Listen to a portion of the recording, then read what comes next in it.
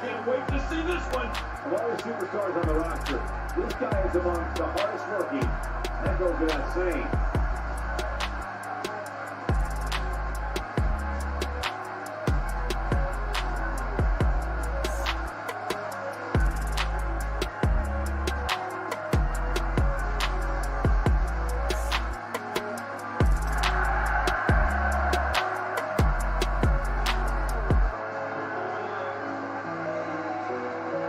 Definitely shout out to Don Chaos. We know you got our back, and we got your back too, man. Denver, Colorado all day, brother. We're definitely going to hook up with you. Much love to Carnival Spirits for putting us on as well on this YouTube, man. Shout out to you, Don Chaos, for, what is this episode, like 126 or something like that? Yes, sir. You've been putting in work, bro. Respect.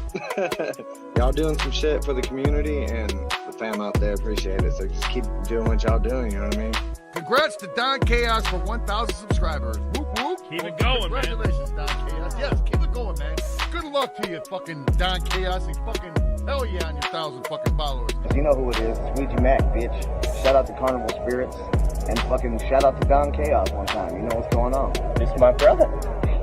Everyone, Don Chaos and Brother Lynch Hung here. Yeah, and Carnival Spirits, what's up, man? Don Chaos, what's up? It's your boy Brother Lynch Hung. We out here tonight. Let's go. Fuego Flames and my nigga Don Chaos. What's going on, B? It's my brother right here. My boy. Excuse the left. Yo, what up, y'all? This is Don Chaos, and I'm with a very legendary man. Go ahead and introduce yourself. Hey, Sean. Yeah, we at the gathering, y'all.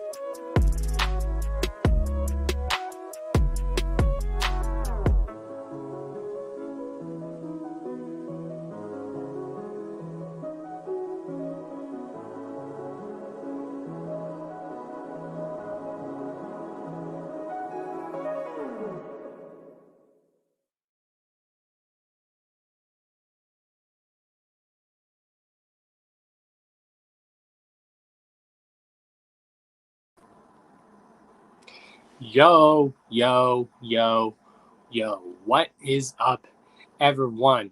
Y'all already know who this is. This is Mr. D to the O to the N to the C to the H to the A to the O to the S, your friendly neighborhood JUGGALO, the Karma Millionaire. If you don't know, now you know. And if you still don't know, chat, let them hear it.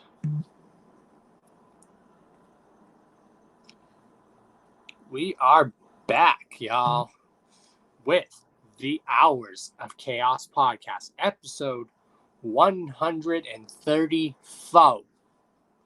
That's right.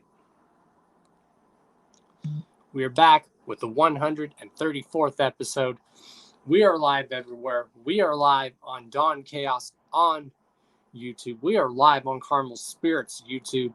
We are live on Carnival Spirits on Facebook. We are live on Carnival Spirits on Twitch, and we are live on my Don Chaos Twitch. So we are live everywhere and direct. What is up, everyone? Of course, we have topics lined up tonight. We have mail time. You know, we have our guests, the one and only DeadKamp, joining us. Their first ever interview, y'all. It's happened. There's also some very dope news to announce that me and DeadKamp have to announce towards the end of the interview. And then we, of course, will announce the guests for next week's show, like we always do towards the end of the show, where we announce the guest for next week's show, because we already have the guest for next week's show locked in, and y'all about to be shocked. Y'all about to be shocked with this. And then, of course, after we have DeadKamp on, I'll touch on give a little brief review of my little trip to KC that I took this past weekend. So I have some pictures I'll show y'all and give a little review of my trip and how it was.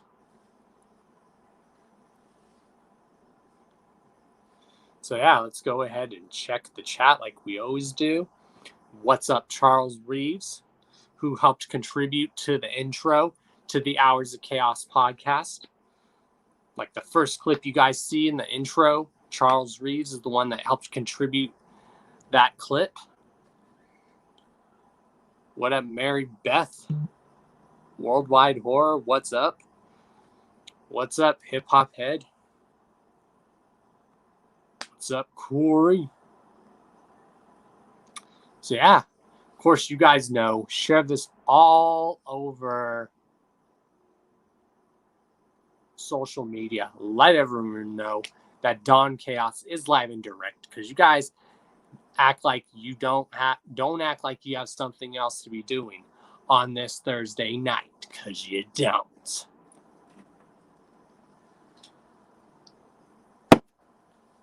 Nothing going on tonight that I'm aware of.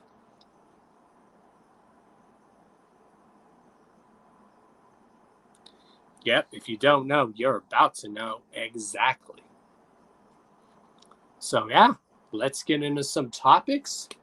And then, of course, we are going to get after we touch on some few topics, we're going to have our guests on. And then after we have our guests on, well, before our guests leave, we are going to make a major announcement. There's actually a few major announcements, y'all, that we need to make. One is what me and the special guests are going to drop for y'all. We'll drop that towards the end of the interview when we're ready to announce it, and I'll let them know. And yeah, then of course we have mail time, and then we will open mail, and we will announce the guest for next week's show. And then of course, always after the stream, there's an Hours of Chaos podcast after show, where it's like a hangout, just chill stream as well. So yeah, without further ado, let's get on to our first topic of the night.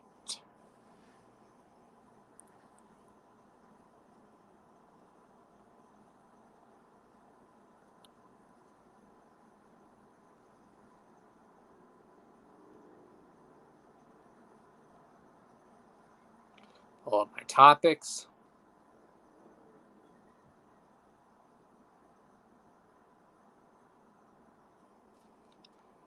In our first bit of news, the homeboy Shade, Team Hecka, has released his latest video, Cleopatra. So make sure you guys check that out. My homeboy Shade, hashtag Team Hecka, y'all. That's my boy. Shout out to Shade. Again, the video is called Cleopatra. Go check it out. My bro Shade doing big things, y'all. In other news, in case you guys forgot, on to our next topic. This is something I'm excited for. July 2nd is the release date for Damian Quinn's newest album titled The Great Red Dragon. It will be released July 2nd, so pre-orders will be going up soon. Pre-order bundles are about to be going up soon. I don't know what kind of bundles they're going to be right now, but you can guarantee that there are going to be pre-order bundles available.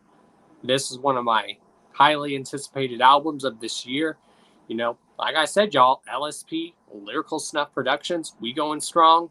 This year is 21 years in the game. So, yeah, a lot from there and what us at Team Snuff have in store for y'all.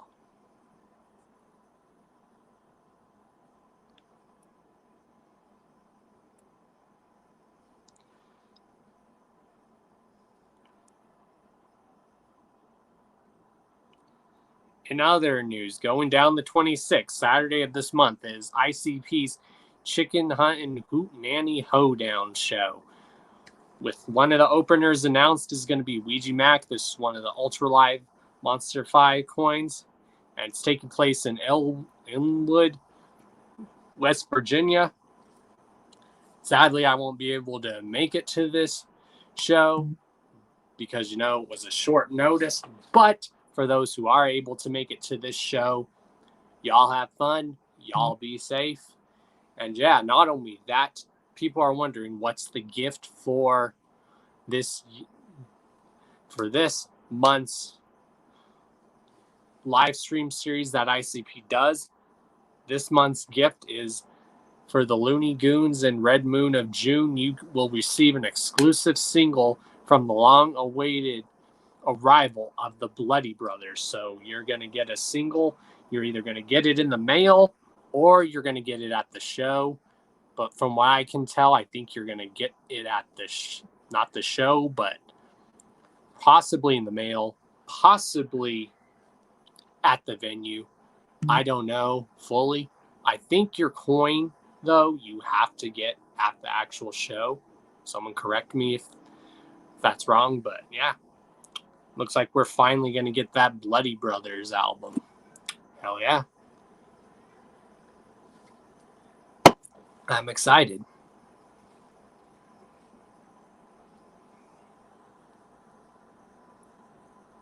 Also, if you guys haven't, check the latest recent interview that Tech9 did with Hacked. So definitely check it out. He shares stories about Jay-Z. He shares stories about Eminem.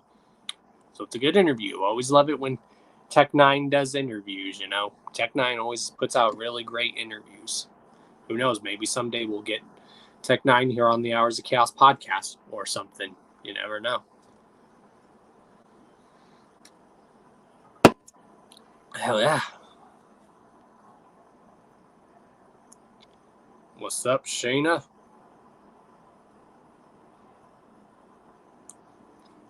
So for those who are wondering again, there's the schedule for the Loons and Goons in Red Moon June. There's what the schedule looks like again. For those that are wondering, I believe tomorrow's a live stream. So anyone that tunes into that, if that's anything that's going down tomorrow, hell yeah. I think something happened yesterday. Let's see those dates. It's kind of hard to read from here. Yeah, yesterday was the Mad Professor's Lab episode 2. And then the 19th is ICP's late night Funhouse talk show.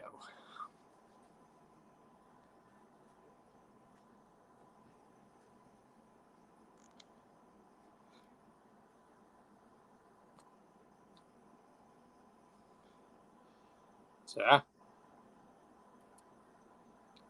And on to our last topic of the night. For now, the lineup for Lethal Weekend 4 has been announced. This is a very dope lineup. You have Flesh and Bone of Bone Thugs and Harmony. You have the legendary Esham performing. You have Lil Easy E performing. You have Shaggy 2 Dope performing. You have Ouija Mac, King Gordy, and DJ Clay. This, y'all, is a dope lineup. If the gathering wasn't going on, I would probably be going to this show, but a lot of my stuff is being saved for the gathering. And yeah, I'm just waiting for tickets to go up for the gathering. Hopefully they go up soon. I think what the problem is they're trying to debate how much they should have the ticket prices for and who all they can get for the gathering this year. So yeah, that's our topics, and I'm going to send the link out. We are going to get our guests on. There's 21 of you viewing. Hell yeah. I think y'all just broke a record. I don't know. Hell yeah.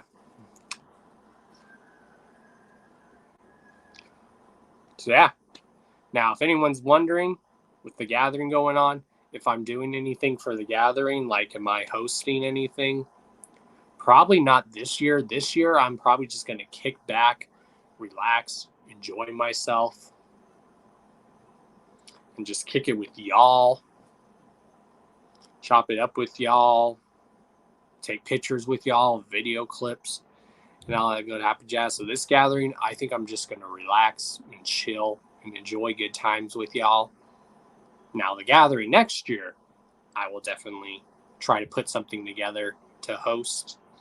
Also, I ordered a prototype of something. For those of you that know what I'm talking about, don't say anything. But I did order the first prototype of a certain product. And it should be here July 2nd. So when that gets here, I will save to open it for mail time. But yeah, I ordered a prototype of something. And y'all will just have to wait and see what it is.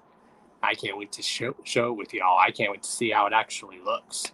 But yeah, I ordered the prototype of the certain product, and you guys are going to have to wait and see what it is. It should be here July 2nd. So hopefully in time, definitely for the gathering in August.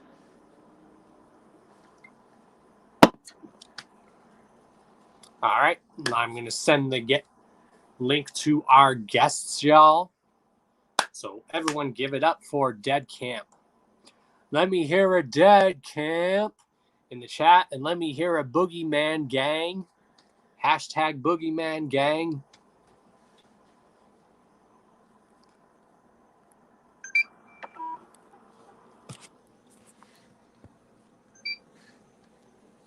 All right, y'all. Let me send the link to our guests.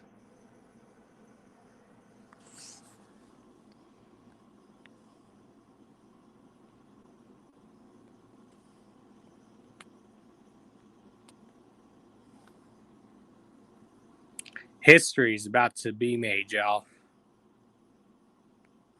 Let me hear a DeadKamp Boogeyman Gang in the chat with the hashtags. Let me see a hashtag DeadKamp, hashtag Boogeyman Gang.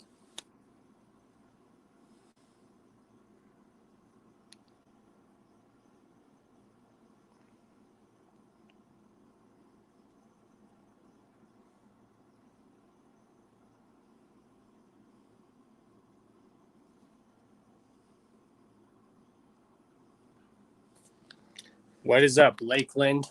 What is good? Let me see a hashtag DeadKamp Boogeyman Gang, y'all. Boogeyman Gang.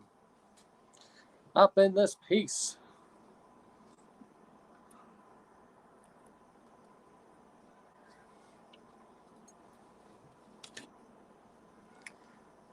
So now we wait. So as we are waiting for them all to join one by one, and I will let you guys know, sometimes I have to refresh my phone because sometimes stuff will sound a little choppy on my end. So if I do dip out, it's because I'm just dipping out really quick and I have to hit refresh really quick. But that shouldn't be an issue. Yeah. Oh, you guys are going to be shocked with this. All right, y'all. There's one of our guests. Here's one. Oh, what the? Oh, shit. What up, Donnie? What is good, brother? How you doing, bro? Chilling. Well, I guess I'll introduce our first person, and while everyone else shows up, and I'll introduce you guys individually. Of course, everyone welcome the one and only Ronnie MC, a.k.a. Ronnie McMurder. Good with you, brother. How you been, man? I am good. Good, man. Good. Oh, shit. They're all coming in like entries into the Royal Rumble, y'all. And now we have Wide Horror. What's good, bro? What up? What's up, Don Chaos? Chilling. Chilling. You know me, chilling, Don status like always. Oh, yeah. What up, Raph? What's going on, Ronnie? Chilling. That's my fucking bro right there, man. Hell yeah. Do you want to Like, for those that don't know, me and Ronnie have known each other for like almost like a decade or even more. Am I right? Yeah, I'm pretty sure it's more than 10. It's got to be 10 plus by now, bro. Right. Yeah, and we used to do music back in the day, and Ronnie had heard of us, and we kind of reconnected back in the pandemic days and restarted this shit. You know what I mean? Hell yeah. Yeah, I've known everyone in the group for fucking over 20 years, bro. Yeah. Man, it's crazy. You on there? Yeah, I'm on. Oh shit, there he is. What the fuck? Oh, there he is. Yo. Oh shit. That man Crow. What up, Crow? What up, bro? So, Yeah. so is this everyone we have? Yeah. Yeah, we're good to go now, man. What up? So yeah, if I do like my camera turns off for a bit, y'all, just me refreshing my shit. So if I go anywhere really quick, you guys can like continue talking because sometimes I have to refresh my shit for a bit. Okay. All right. So yeah, I guess we're gonna introduce everyone. Everyone, please welcome Ronnie MC, 4, Deadman, Bro, and Jason. How do you pronounce it? Well, You're breaking up, brother. I think it was that big, man. Oh shit. Bro, taking over the live stream. Yeah, we hijacked the live stream, dog. We hijacked the stream, dog. See, told you I would have to refresh sometimes. Oh, it's all good. We held it down. We hijacked the stream, dog. Yeah, they hijacked me at gunpoint, y'all. Am I the only one that wears headphones and shit? What the fuck? Wait. So give me that stream, dog. Of course, everyone that doesn't know, all these guys collectively are known as DeadKamp. You mean I thought it was DeadKamp. Yeah, it's scrolling across the bottom. It says DeadKamp, but it's all good. It's all cool. It's DeadKamp. I'm dead. What's the difference? I mean, death is coming. Death already happened.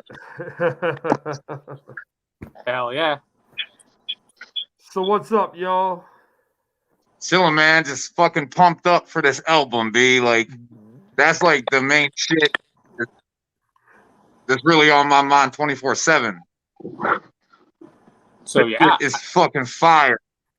Yeah, the shit in the last couple of days it came together and we finished the album. So pretty dope. A lot of work put into the album. Hell yeah. Yeah. I'm just lounging, motherfuckers. So it's all good. You and the lazy boy dog. Fucking right. Nice. I'm in a fucking black ass kitchen chair that hurts my fucking tailbone when I sit in this motherfucker. Hell yeah. So I guess we'll get into like the questions for like each of you can answer it like individually. So like first Ronnie will answer and then we'll slowly go that way and work our way down. So everyone like just give a little brief history about yourself and then we'll start asking like the questions and stuff. I mean, if we're talking history, everyone else should go first because I wouldn't even have shit without listening to them first. You know what I'm saying? So me talking about my history is just going to mention what they're already going to say. So I ain't trying to, you know what I mean? Hell yeah. So I'm going to leave that up to Raph. You know what I mean? Yeah, just ask away. We'll all answer or whatever. Yeah. It's all good. Jay could answer something. I'm thirsty as That shit, man, bro. What's up? Oh, you're going to get a drink already? Nah, I got it right here. Turner's Tea, motherfucker. Turner's. Ask away, man. All right. Well, you want to know a little history. Yeah, go for it, sir. Well, shit, we started doing shit, I'd say, what? It was like 1997, like the end of 97, beginning of 98 is when we all really started hooking up. Ronnie was just a little man, dude. Little man in the hood. Badass kid, right? He was a badass kid. Yeah, me, Niz, and Raph, we all worked at a grocery store together, man. We used to call it, we all worked in a deli at one point in the hot food section. We used to call it Threats Discount Deli because, we take what the fuck we wanted. We didn't give no fucks. That's how you survive. But we got together. We all liked the same kind of music. We started messing around with beats on Fruity Loops.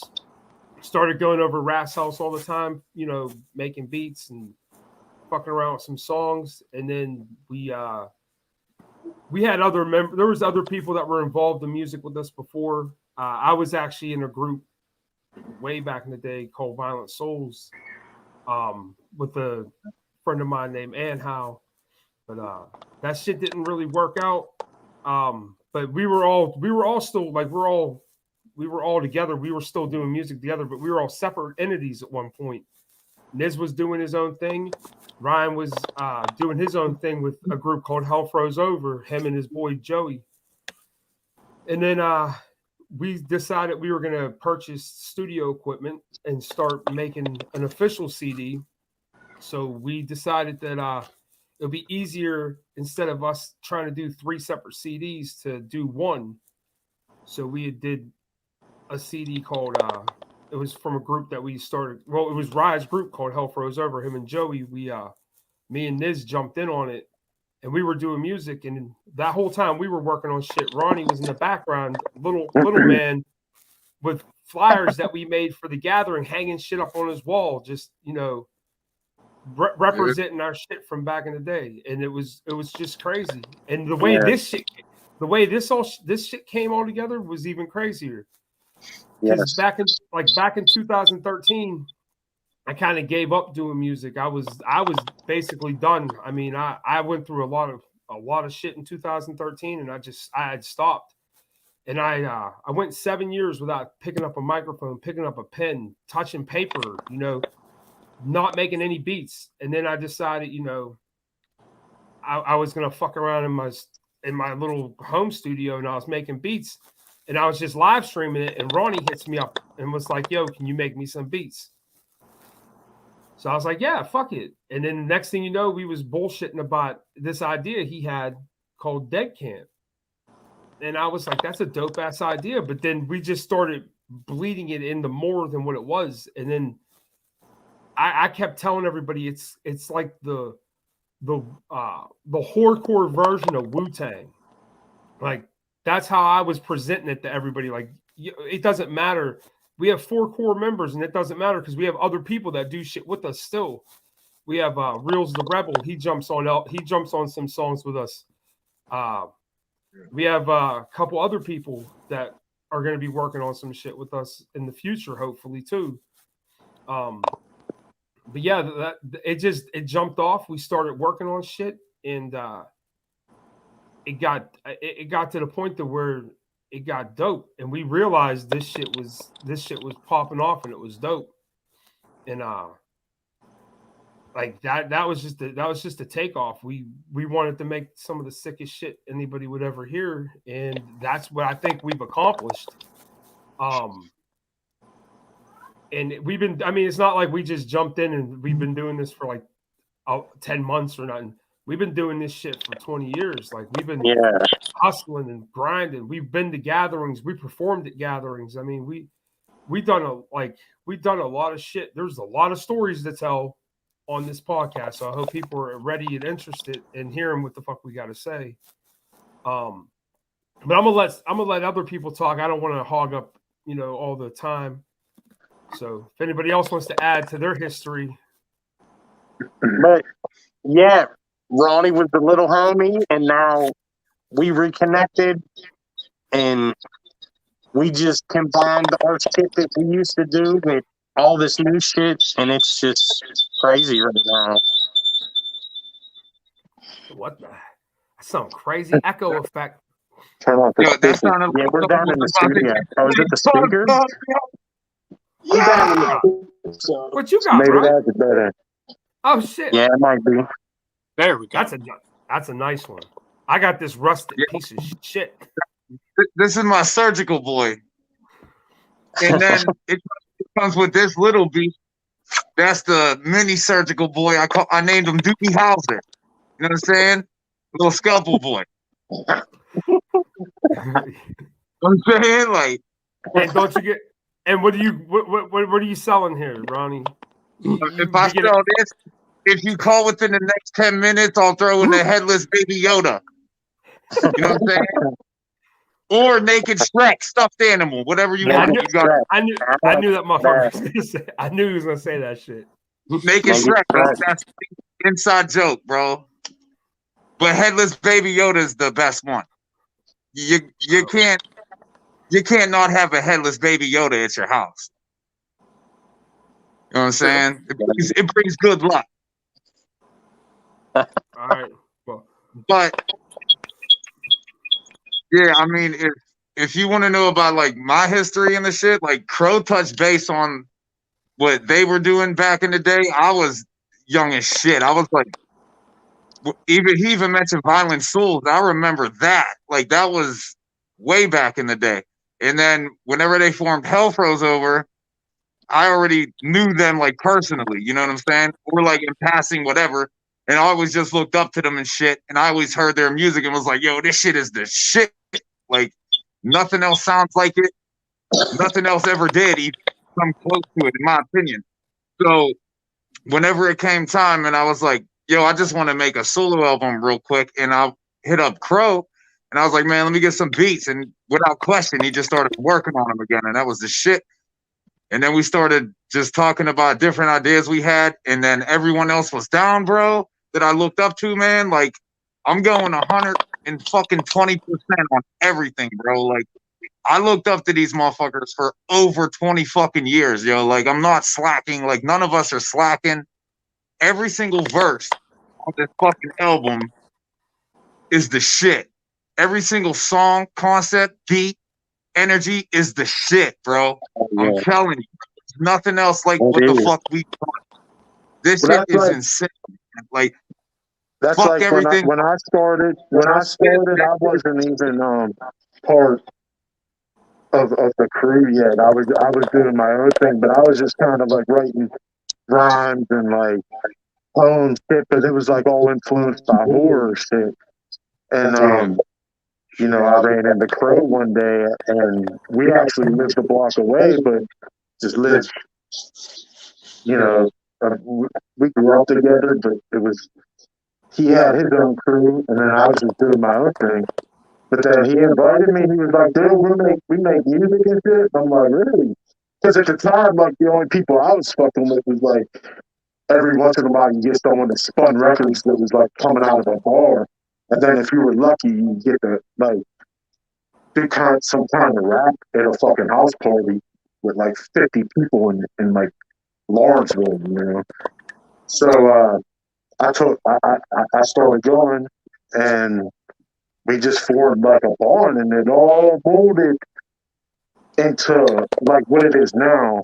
There's probably a million stories to go along with that, but that's where I come into play. I always had an interest in beats, and I started getting into the beats, and then everything just moved from there. Like, what it is. Oh yeah. Hell yeah. And like that's another thing too. Like, we're all from the same neighborhood, you know what I mean? We all like we have fucking tracks, bro, about shit that people would have fucking nightmares about. You know what I'm talking about? Like, but we lived this shit. We grew up in the shit. Like, we have shit about fucking like demons, ghosts, and all that shit. Like, we fucking lived that shit.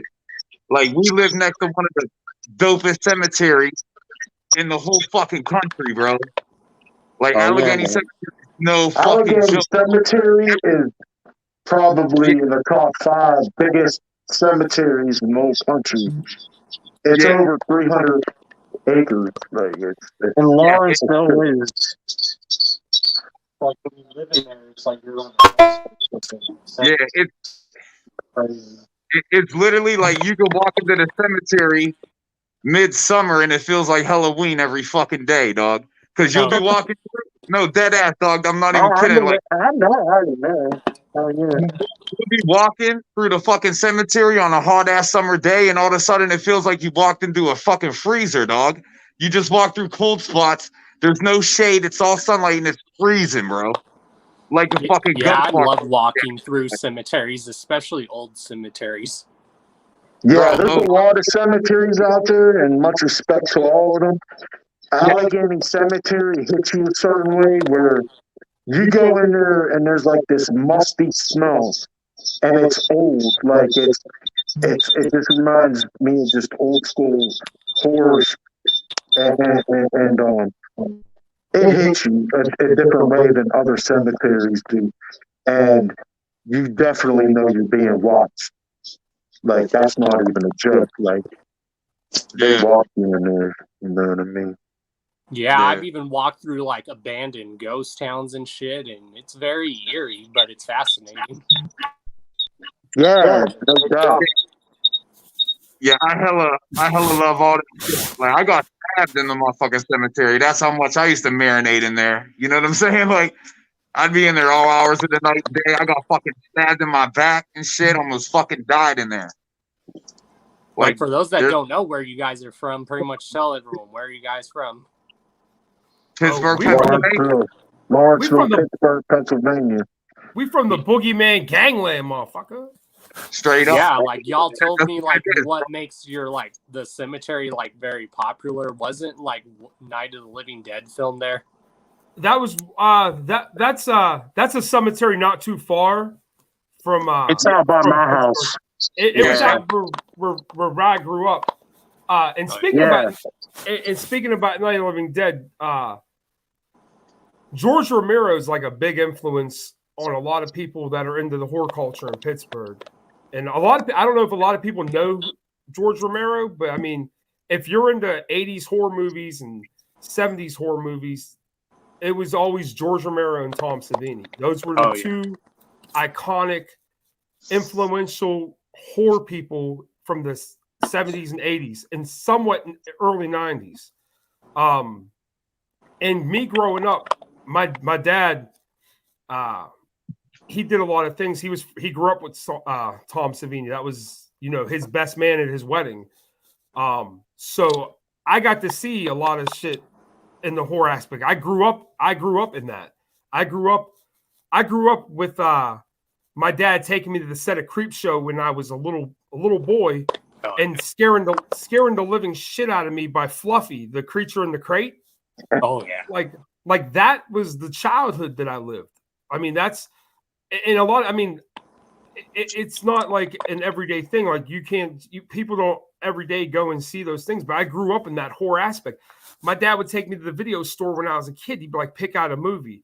He's over there thinking I'm going to pick out He-Man or Transformers. I'm coming back with 1978 Dawn of the Dead. Really? Like classics. And that's Uncle Man. The what? Your dad, yeah, in the 1990 remake of Night of the Living Dead, my dad was Uncle Reach. He's the zombie that fell off the banister in the beginning of the movie. And like that was a big part of my life. Like, my dad was that was the reason I quit doing music. When my dad passed away, I stopped doing music.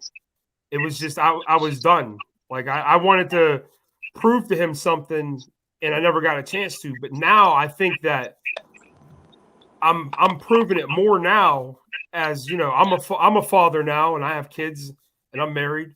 So I'm proving it now that I'm not just going to give up and quit. I'm here. This is it. Like we're going to be bringing the most evil, sinister, wicked shit anyone's ever heard. Every and that's no time. It comes from all angles too. You know, like right. People are gonna be shocked. Like they ain't used to hearing certain shit, and that's what we're doing. You know. Oh yeah. Hell yeah, man. And yo, that is one of the illest movies ever that Crow's Dad's in, by the way. So if I don't know if you have people that view this that's never seen that. It's definitely the best remake of any horror movie man, ever. I watch it all the time, man. And like it's my shit always, man. Like it don't really get better than that back in the day. That's like the fucking that dumbass when I was a kid, I thought that was the original. It could have been, man. You know what I mean? It really should have been. I mean, I didn't fucking know yet. You know, I was too stupid. I guess. But I mean, if you really think about it, like when you're a kid growing up in the '80s, I mean, what was there? There was Fridays and Saturday nights. You go to a video store, you pick out movies. Yeah. Most of those movies are going to be horror movies because that's what was good. Yep. And it was basically Freddy, Jason, and Michael Myers and zombies. That's what you had. Or it was Chucky for the 90s. Chucky for the 90s. I'm not going to hate on Chucky. I mean, you also have your... Yeah. Go I ahead, still like Chucky. Well, I mean, I grew up in the 90s, but my mom had me hip to all this shit from the 80s and 70s and shit when I was just a little kid, bro. Like, most kids my age was like watching fucking, I don't know, fucking whatever, name it. Like Teletubbies, motherfucker. Teletubbies, Franklin, Blue's Clues, motherfucker. I was watching The Shining when I was like fucking 6 years old. You know what I'm saying? And fucking whatever other Stanley Kubrick shit or whatever. Like, I like all kind of different shit. Yeah, Michael Myers is my guy. That's who my number one is. Yeah, definitely a icon. That's my brother. Yeah. My boy.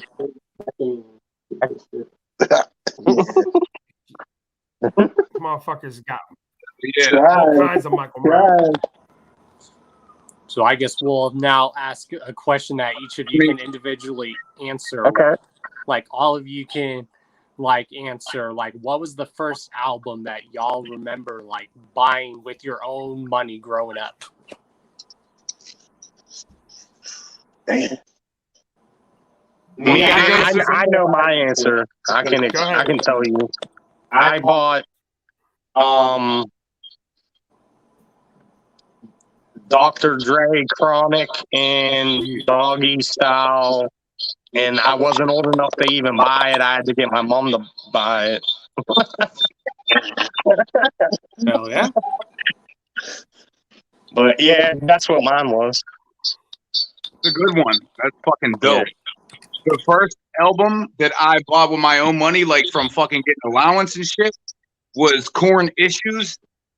And then the next one was fucking ICP Forgotten Freshness Volume 1 and 2, the double disc. I had to save up for like a month and a half for that fucking thing, man.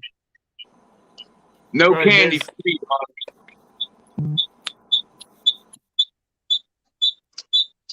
I think mine was AC/DC Who Made Who. That movie Maximum Overdrive was sick. Maximum Overdrive. Maximum Overdrive. Maximum Overdrive. Yeah. So like, me and my cousins, we watched that movie probably religiously that whole summer or whatever that it was released. But I got Maximum Overdrive. I got Maximum Overdrive on a movie thing up here, and it came with Raw Deal with fucking Schwarzenegger. Raw Deal. Nice. All right, my CD, the one I remember first getting was Beastie Boys' "License to Ill." Yeah. And I was young, and it had been out, and I had always heard it from when I was a kid. And when I had the money, I went to the store and I made sure I had a copy of that because that was, to me, one of the dopest albums. And then when I started getting paid, like I got my own job when I was a teenager, I every week I was buying tapes, man, cassette tapes. I was buying Bushwick Bill's Little Big Man. Bushwick Bill. Ghetto Boy 6 Feet Deep. Like what the hell was his name? Gangsta Nip, the Southwest Psycho, whatever, or Southward Psycho, Fifth Ward Psycho, I think it was. Was it Fifth Ward Psycho? Yeah, Fifth Ward Psycho. Like there was just I was really into like the Houston scene, like there, because it was like horror. It was a lot of horror. Yeah, that like those were I was just always buying shit whenever I got paid. I didn't matter what it was. I had a big library of tapes. I'd go from rap to rock to classic rock. Like I just liked music. He hit up Columbia House back in the day. 100 tapes for a penny. I did rock. And it never give him that fucking penny, bro. You still owe them, though. I probably do. I'm probably in collections, motherfucker. They got to come looking for me. That's why Columbia House ain't around no more. Beat them for like 65 CDs. You're mad, bro. I think everybody beat them for 65 CDs. Right? I don't ever remember anybody paying for them. Yeah, no, you mail the shit in and the shit comes to your crib. It's fun.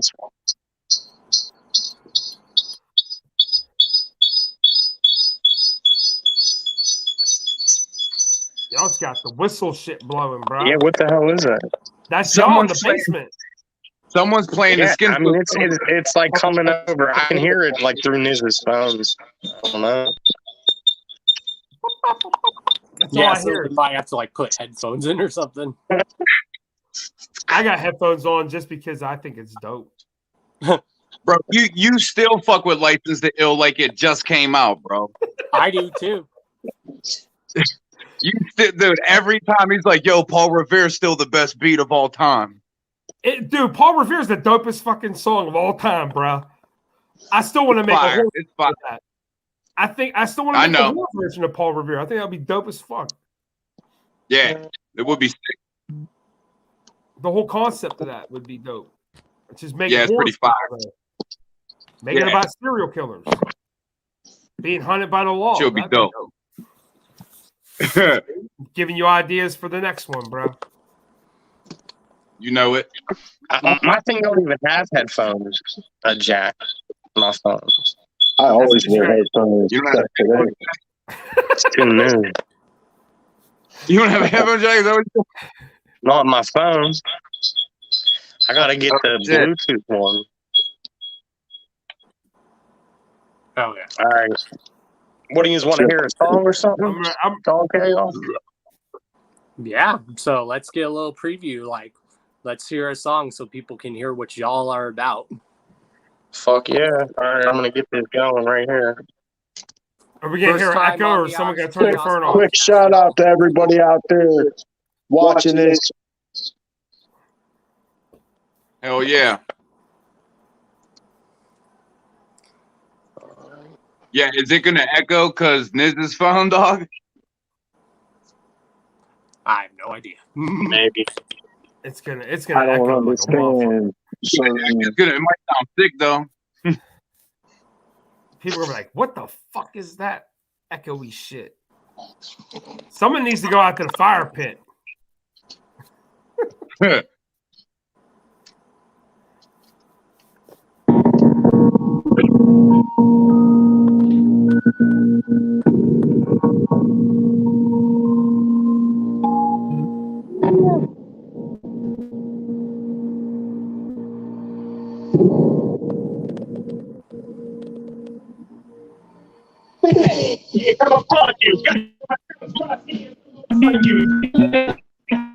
All I hear is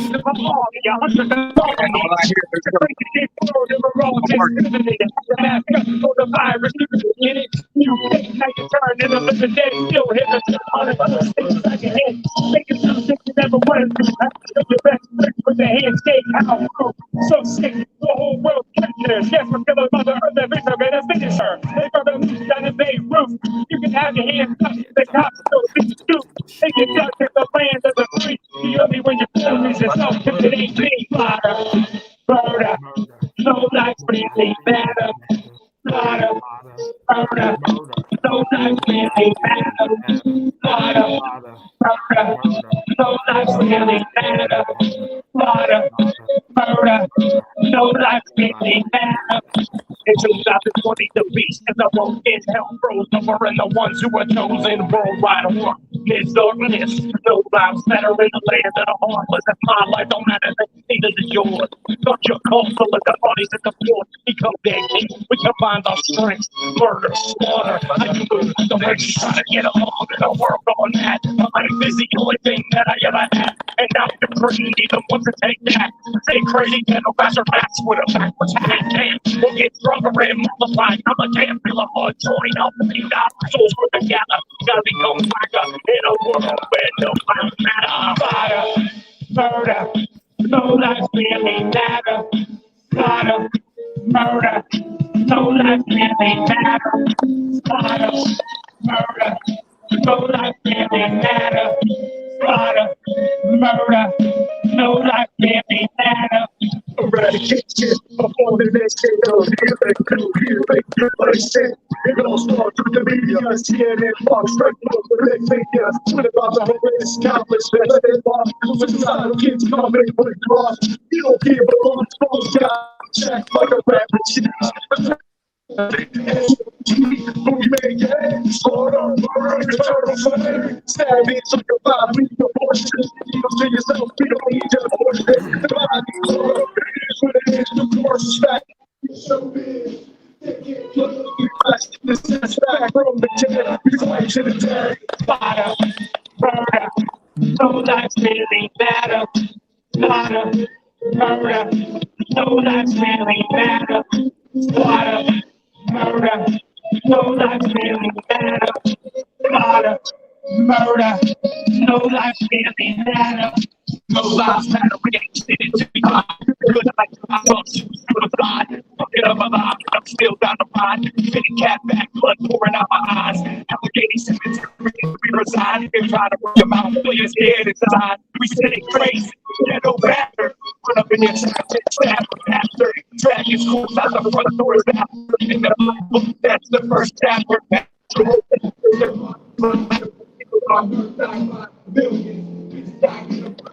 Sounds like someone's speaker blew out.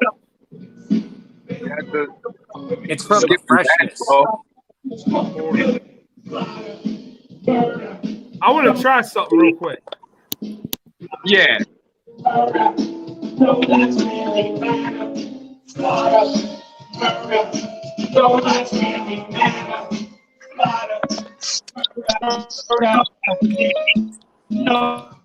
life really matter. There are far worse things.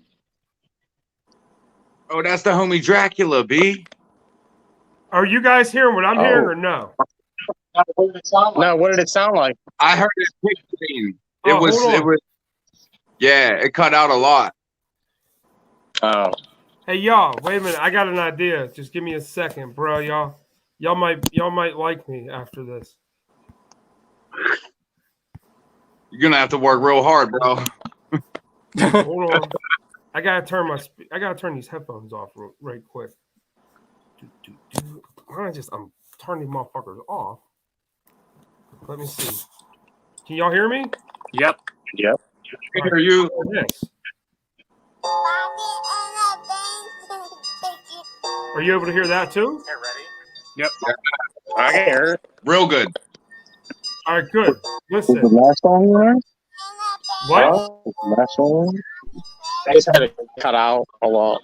Bodies in the basement. Can you hear that good though? Bodies in the basement. All right, listen to this then. Bodies Corpses in the cellar, you can smell them from the street. It could gag a dead pig, bitch, it smell like rotten meat. Dead hookers, dead pedophiles, and racist ass police. They tried to kill my brother, so I put their ass to sleep. Gripped up, choked out, gasping, till they face blue. Drag them to the storm, southern doors, throw them straight through. My basement looking like it's fucking Jeepers Creepers crib. I would say Daisy's crawl space, but ain't no fucking kids. There's some dead bitches though, right? You know how they trip. All up in your business and they act like you ain't shit. You're welcome to come see them, but you better never snitch. My life is like an episode of Tales from the Crypt, knocking out teeth, chopping off fingertips. I'm skinning all the bodies and I'm wearing all the flesh. Then I'm going back down and I'm sleeping with the rest. Cause dead hoes don't say no when you ask to spread their legs. I'm gonna show y'all the Bodies basement in under the the basement, basement, they stinking up the crib. It smell like Dama's fridge, it get nasty where I live. Bodies in the basement, they stinking up the block. My house a grave plot, come on, pull up to the spot. Bodies in the basement, they stinking up the crib. It smell like Dama's fridge, it get nasty where I live. Bodies in the... Oh, snap. Bro, Mr. Freeze, dog. Tolls, the basement where they sleep. Collecting teeth, sipping, going on for weeks, perhaps a few years, I don't care. The stairs fill the air, Antifa soldiers buried under the stairs. Neighbors pissed off, cause now they got roaches. I've been pissed off all my life, homicidal. 3 blocks away, you will fuck a gag. Suffocate a pedophile with a plastic giant eagle bag. Easy targets, junkies and tourists. Got bodies and acid, only in self-storage. Bodies in the basement, got the whole block sticking. Put your face on my grill, is what I be thinking. Bodies in the basement, bone fragmented, skulls getting Pittsburgh. Find us buried inside its wall. Bodies in the basement, they stinking up the crib. It smell like Dama's fridge, it get nasty where I live. Bodies in the basement, they stinking up the block. My house a great block, come on, pull up to the spot. Bodies in the basement, they stinking up the crib. It smell like Dama's fridge, it get nasty where I live. Bodies in the basement, they stinking up the block. My house a grave plot, come on, pull up to the spot. Surrounded by hanging bodies, like the predator, spines ripped out. Local governors and senators, I'm sick in the brain and the brain strong patient. Next thing you know, you're chilling in my basement. Shut the fuck up, don't make me grab this hatchet. All I want you to do is put the lotion in the basket. Straight savage, hit you with a rusty ratchet. Looking right in the news is gonna be tragic. Keep laughing, what you think you're a joker? I'm gonna make you watch while I take your girl and poker. And then end the life right before your eyes. It's quite a nice surprise. Everybody dies, locked inside my cage. All I feel is rage. Look at the mess you made. Now you get tased. Yo, this place is sick.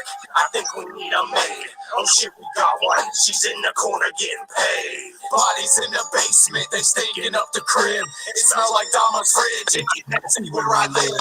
Bodies in the basement, they stinking up the block. My house a grave plot, come on, pull up to the spot.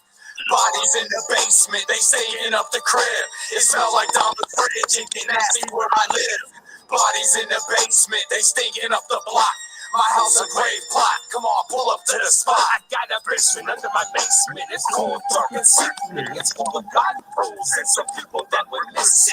Crooked cops and Tifa and white supremacists. All the ones that are down there, I'm sure they won't be missed. I've been doing it since the day I moved in. Everyone that I got, well, I guess he needs a friend. And people say, Crow, you got friends in low places, but the lowest that they go is my motherfucking basement. And now they're all crying. Oh, you're perfect. Those are evil and corrupt, and that's the reason that I Yo, did we lose Jay, bro? Bro, where you at, dog? Where? Ask me. Stealing a child's innocence, so like the God is dim.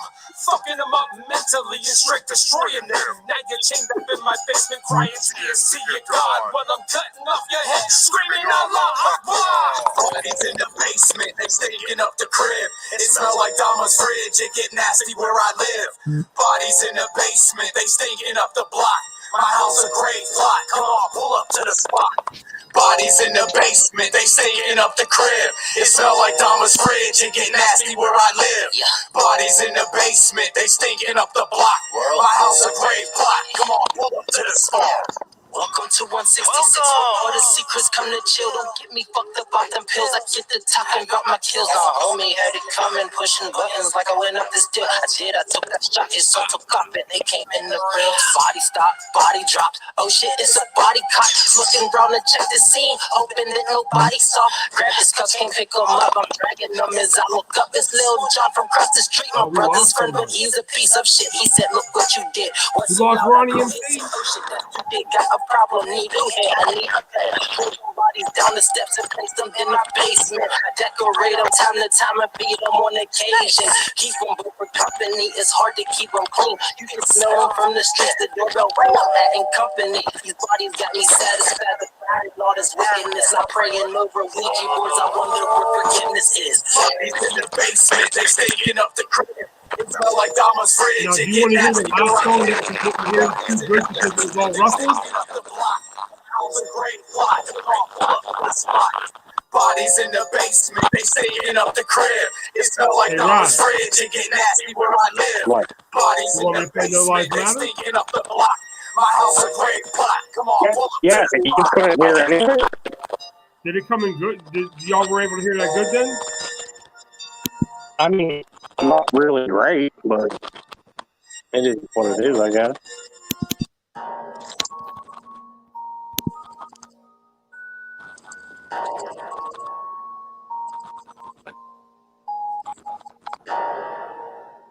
Just in case anyone missed the last song. Damn, someone's getting possessed by a demon. It's just me and Raph now? Am I the only one talking? This ain't a threat, it's more like a promise. That's just my army, 100,000 zombies. It's a crazy sick world and we're all just Alright, let's see. have to mask up for the virus, you better get it. Mutate, now you turn in the living dead. Still hit the good hearted voice inside your head. Think you do, think you never wanted to. Have you do your best friends with the handshake? There we go. So sick, the whole world's prisoners. Guess we're killing Mother Earth, that bitch are gonna finish her. They drop the loot down the Beirut. You can have your hands up, the cops still see the shoot. If you thought this a land with a free, the only when you're fooling is yourself, cause it ain't me. Slaughter, murder, no lives really matter. Slaughter, murder, no lives really matter. Slaughter, murder, no lives really matter. Slaughter, murder, no lives really matter. In 2020, the beast has awoken. Hell froze over in the ones who were chosen. Worldwide horror, this darkness.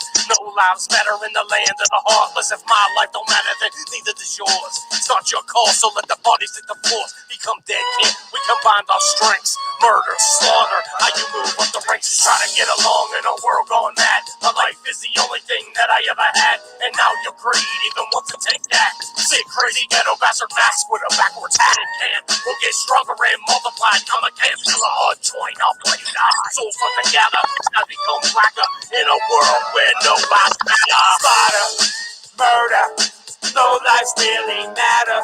Slaughter, murder, no lives really matter. Slaughter, murder, no lives really matter. Camera might be off. Murder, no lives really matter. Eradication upon the nation, no kneeling, no healing, complacent. It all starts with the media, CNN, Fox, straight fuck with their finia. What about the homeless, countless vets that lost? Suicidal kids come in what cost? You don't give a fuck, slow guys, then he check like a rat with cheese. The trap is set, SKTV, boogeyman gang, slaughter, murder, eternal flame. Savage like a 5-week abortion. You needles to yourself, we don't need your poison. The line ain't closer, it is what it is. Through commercials, fast talking, showbiz. DeadKamp killers, we rise to the test. Back from the dead, we fight to the death. Slaughter, murder, no lives really matter. Slaughter, murder, no lives really matter. Slaughter, murder, no lives really matter. Slaughter, murder, no lives really matter.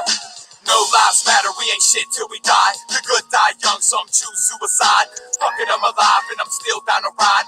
Fitted cat back, blood pouring down my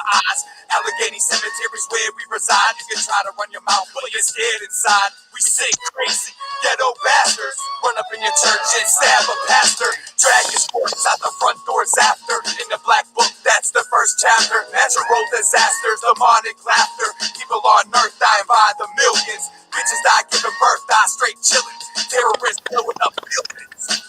They don't give a fuck about women and children. No lives matter, bitch, fuck your feelings. Slaughter, murder, no lives really matter.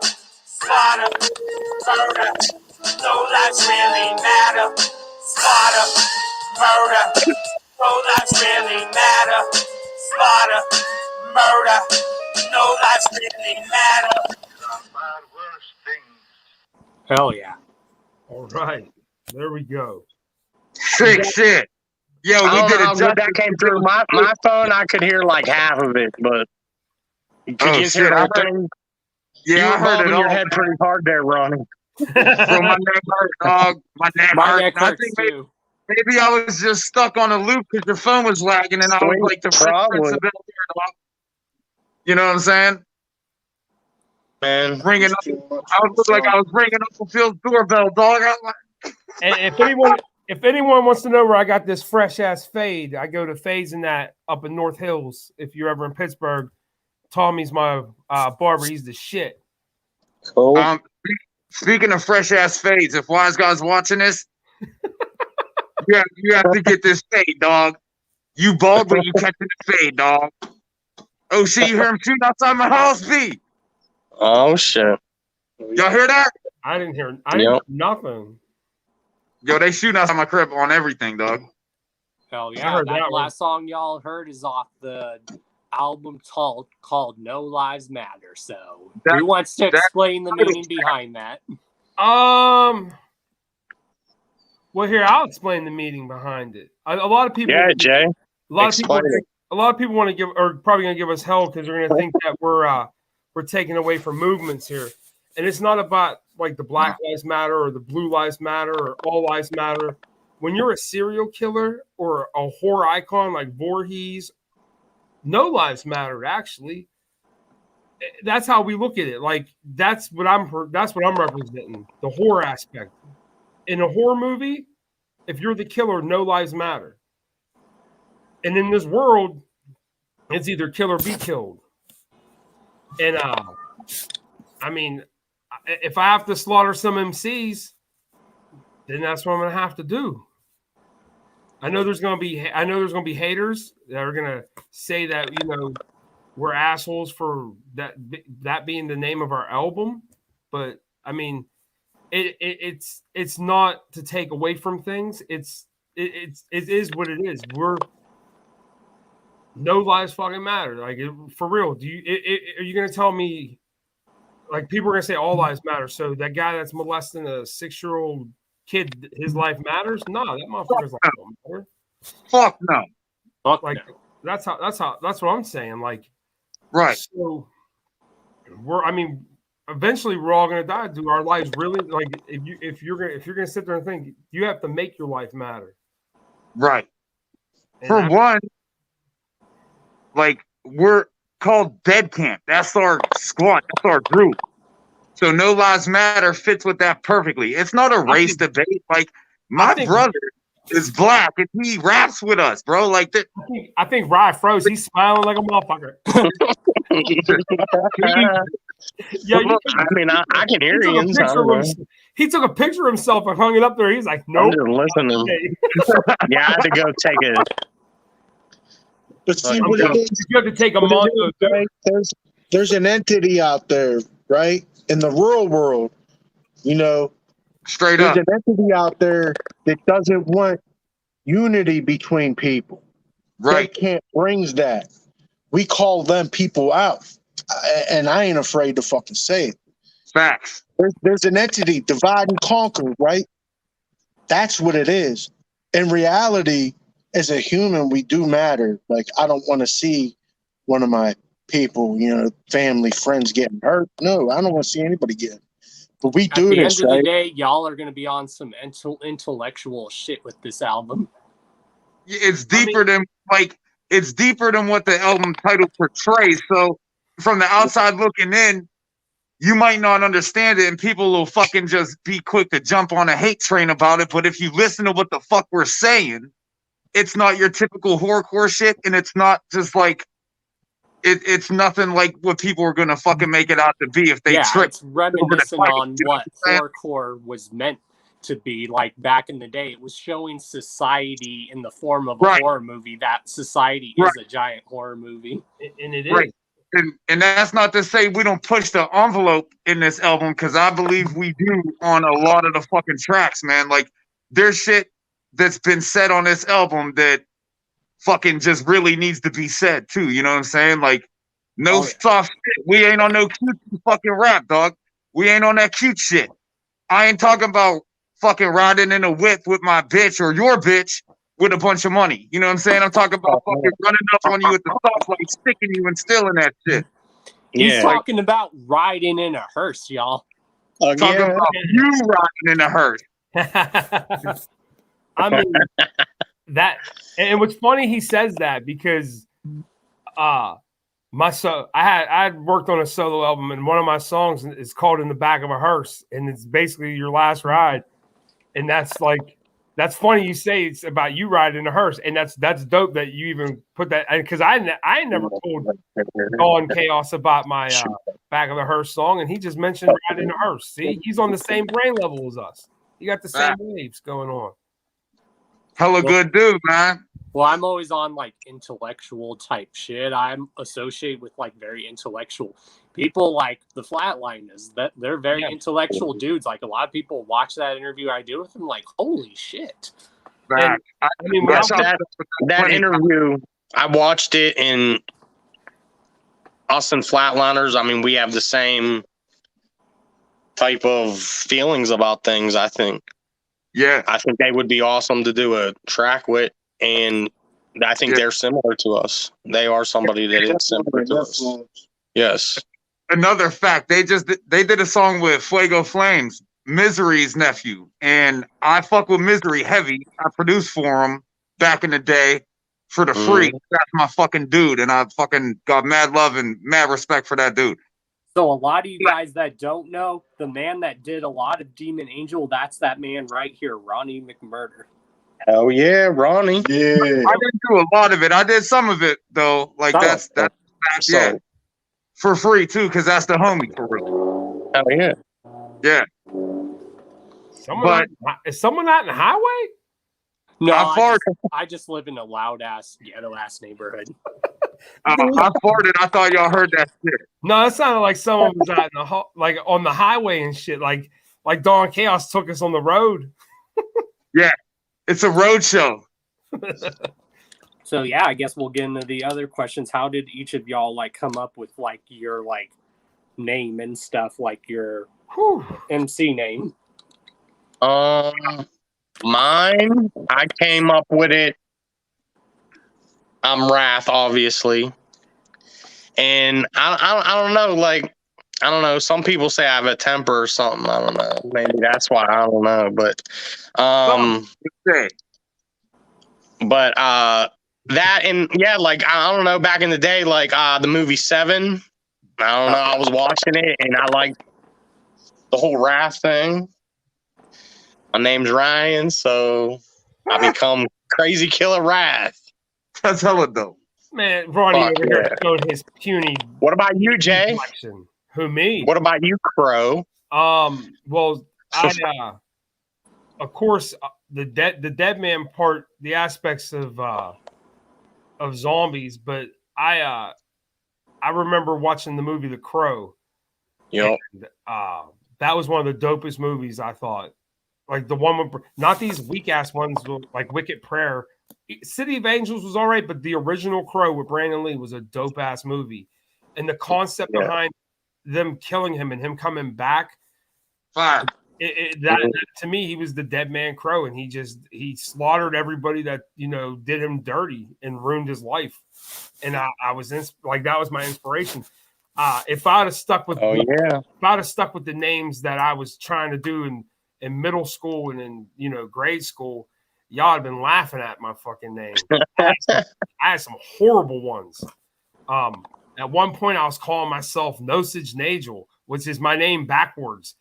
Like that's actually kind of fire. B, I can't come lie. out with a CD like that. That's fire, dog. like that. I got into the concept of the Dead Man Crow, and then like that's who I like. That's basically my alter ego. I mean, I am who I am, but there's parts of him that are parts of me too. So it's not all like a little pony dance or a show that I'm putting on. Like things that I've been through in life, like built me into that. Like I grew up, and at the age of 19, I was living on the streets, homeless. Like I built myself up to where I'm at today. And for anybody to sit there and say that, you're not going to make it, you're not going to do this, those motherfuckers they could all eat a bag of dicks. Because there was a lot of people that put me down and said that I was never going to accomplish shit, that I was never going to do anything with my life, especially when I was living on the streets. I had so many people come up to me, ignorant as fuck, tell me to get a job. And the worst thing about that is when you ain't got a place to live and you don't have an address, you can't get a job without an address. And trying to explain that to a yuppie motherfucker that has everything handed to him his whole life is really fucking difficult. So you have to explain it a different way. And that's the kind of life that I know that's the kind of life that I lived. And I changed my life for the better. I've become a better person. But the things that I've experienced in my past make me who I am today. Like the things I rap about or shit that is constantly going to be in my mind because it's shit that I lived through, shit that I've seen. I mean, we all know people that have been murdered and people that have died that were friends of ours. And like this life ain't promised to us, man. You got to go out there and you got to do what you got to do to make it in this life. You ain't gonna be just handed you ain't gonna be handed everything. You got to bust your ass and work hard to get where you're at. Because not everyone's Jaden Smith. You know what I'm saying? Not everyone has a dad that fucking has legendary fucking plaques on his wall and shit. You know what I'm saying? And just born into it, came out the lucky ball bag. You know what I'm saying? We fucking had to fucking climb up from the fucking grave, basically. You know what I'm saying? Like we was counted out forever, but now we're back, motherfucker. That's why it's DeadKamp. We rose from the fucking casket and it's on, bro. Period. Oh yeah. And Ronnie, how'd you come up with your name? Because we didn't even get into that. I want to know where Ronnie McMurder came from. Ronnie McMurder. Don't y'all remember back in the day whenever y'all summoned me out of the fucking pentagram? I wasn't trying to give my name away because that's how you could expel a demon if you know his real fucking name. But man, since I was a fucking entity, I've had this name, dog. Facts. It's like everyone know I used to go by 12 gauge and shit, and that shit was corny. But my homie that I used to do music with back in that time, Nick Rage, he always used to call me Ronnie McMurder, and I was like, man, I should have picked that shit for a name. So now that is my fucking name, and it's so close to my government name that that's what it is. Like I'm changing it. I'm changing it legally tomorrow. Change it legally, man. Yeah, and I'm changing my social security number. I like that idea, Ronnie. Yeah, I'm changing my social security number to 666-00-1134. You feel me? Nice, I feel you. That's all right, Nick. Nick is gonna go here. All right, so with like me, the way my name came up way back in high school, it's not a big complex story like everybody else's. But like, so what happened was the school was like severely vandalized. And I mean, they took DNA samples, checked cameras, everything, and they couldn't figure it out. But it wasn't like broken shit. It was a stencil, and the stencil said Hard Nizzy on it. So like somebody spray painted the shit everywhere, probably like over 3,000 areas of the whole school. I mean, it was lit. Time out. So Was it a arsenal? friend of mine, we always joked about it because we found it funny. Like, how do you do that and get away with it? There's cameras, all this shit. I mean, it wasn't like a nice school we went to. It was like a juvenile detention center almost, except we were like free to go. Like, Human center. Wait. So like, I got you know, a friend of mine, we always had a side joke. If there was something that was unexplained or something that was crazy that went down, we would look at each other and say, "Oh yeah, hard Nizzy shit." So then, fast forward like years, you know, and then we're at the gathering in Toledo, way back in the day, and something happened. I don't know. There was like a wig or something that was put on.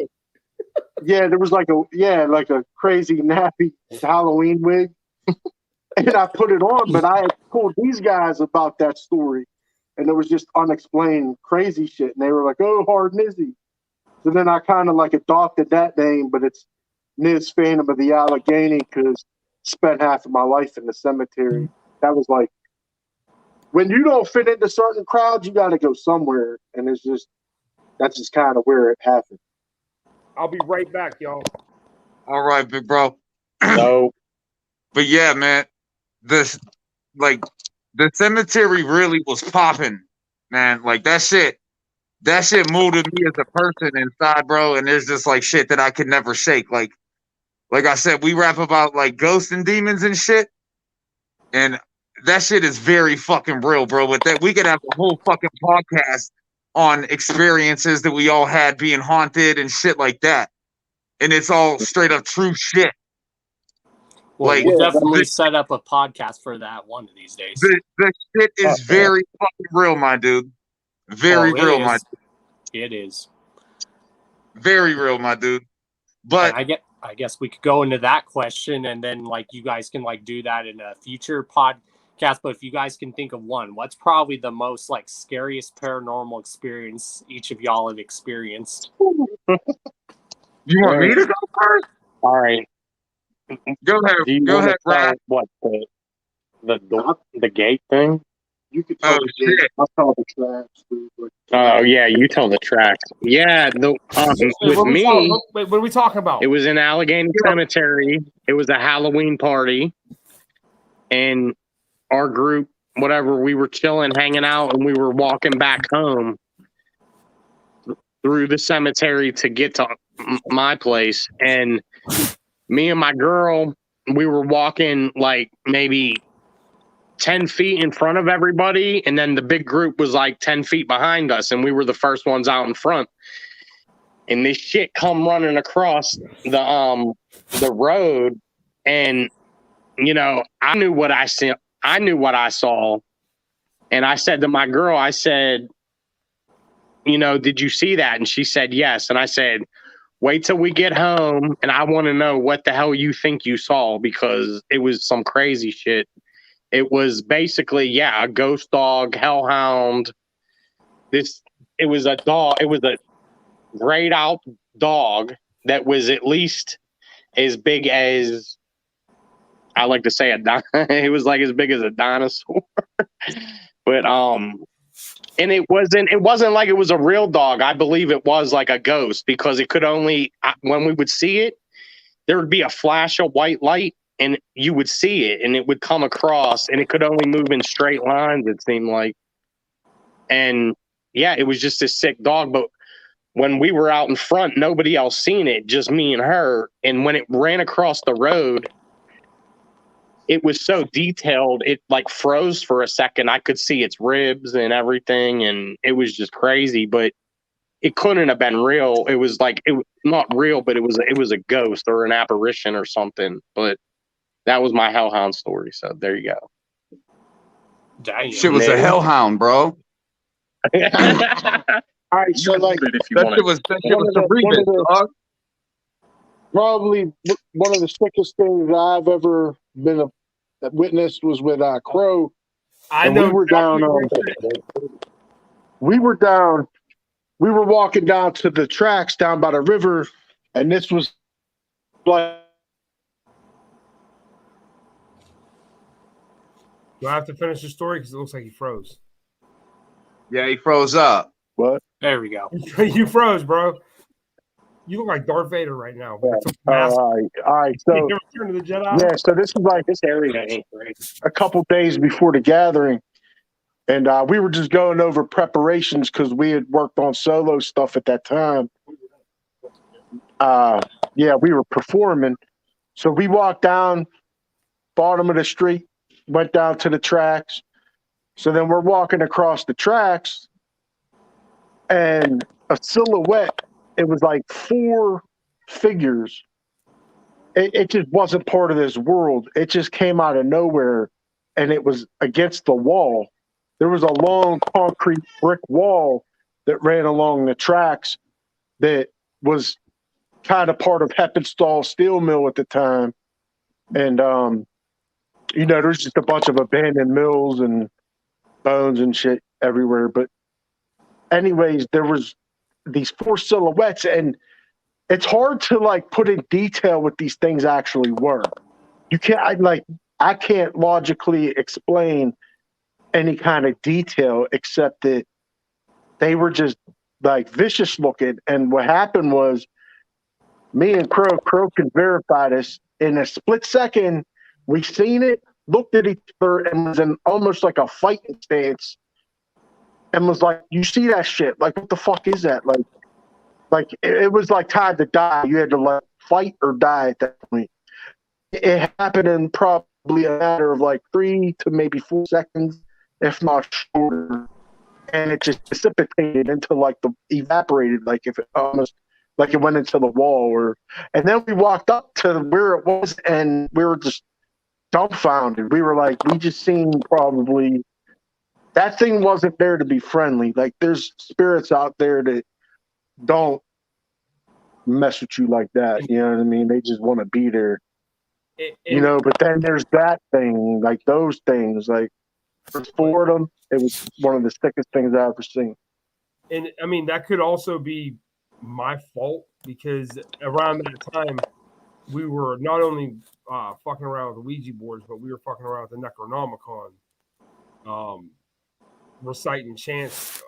We were doing shit in songs, and weird shit back in the day. And I mean, I don't know, maybe we opened the portal to some other demon dimension, but like Niz said, man, we was walking, we seen that shit. The first thing I heard Niz say is like, "Oh, we about to be fighting some motherfuckers."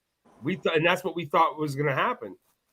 And as we look, like as we looked at each other and looked back, it just disappears. And that's not like everything happened so quick. It was just like, holy shit! Like probably said like a bunch of shit in like 3 seconds. Like it was almost like you were gonna die. Like someone had a gun to your face, kind of shit. Yeah. But it was like some kind of like entities. It was sick. And what's crazy is that's not the only time I seen like shadowy figures like that. Like throughout my childhood, because a lot of people don't know this, and I don't even know if I've expressed it to the other guys. When probably from the age of probably 14 to 18, you wouldn't catch me outside my house or anywhere without a Walkman or a CD player. I had to have music on because I always thought I heard someone calling my name. And the thing is, we grew up in the neighborhood we grew up in during the Civil War. There was an arsenal there, and it exploded. And people that worked there were mainly women and children. They also exploded in this accident, and body parts and things weren't never really found. And they built these homes over here on top of. I still to this day consider Lawrenceville like one of the most haunted areas, without a doubt, in the city of Pittsburgh. Or everybody that lived in Lawrenceville, everybody that ever lived in Lawrenceville has a connection to that cemetery, and there's thousands and thousands of people buried there. Like it's ridiculous, crazy, like. And like that, like those, and that's all territorial in that kind of spirit world, you know. So I mean, I always had to wear headphones because I always heard someone call me, and I always would catch like a glimpse out of the side of my eye, and it was like that for my whole childhood. And in my high school years, I started writing poetry, and I started writing about like Dark Shadows. I have like a 8.5-page poem called Dark Shadows, and it's basically a story of me, being haunted by these entities. Like it's disgusting. Like that was the reality of my life. Like we all grew up that. A lot of the people that we grew up with, we're probably the last of them that still talk and associate with each other. I mean, there's a couple people that ain't even here no more. Like I have so many friends, between murder and heroin, like that's a wrap. That's taking a lot of people out. Yeah. Yeah, I mean, and make things a little bit different. Like when people hear Lawrenceville, people will look it up and see it now and be like, there ain't no way all that shit went down there.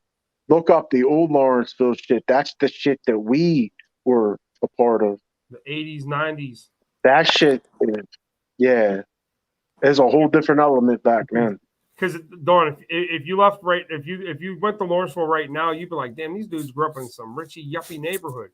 No, they tore out a lot of places, and a lot of these homes they bought them out because they built a hospital up there, and the hospital got popular, and they pushed all the people that lived there their whole lives out, and they boosted the cost of living up, and then they spruced it up with all these bars and restaurants.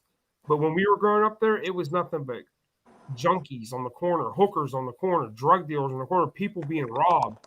Like that's not a lie, bro. That's real shit. It was not a safe neighborhood. Yeah.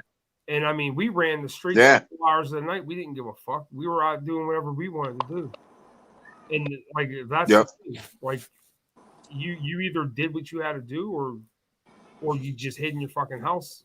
And a lot of people did that, hid in their house. There was other people that went out and did their shit too. I mean, a lot of them fell hard into the drugs, though. That's the one thing that was good for, is getting people fucked up.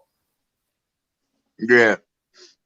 Man, my ghost story, I was living with my father, man. I was in high school. It was around Christmas time, and I'm a heavy-ass sleeper, and motherfuckers can vouch for that because they'll try to hit me up to go to the studio, and I'll be passed the fuck out.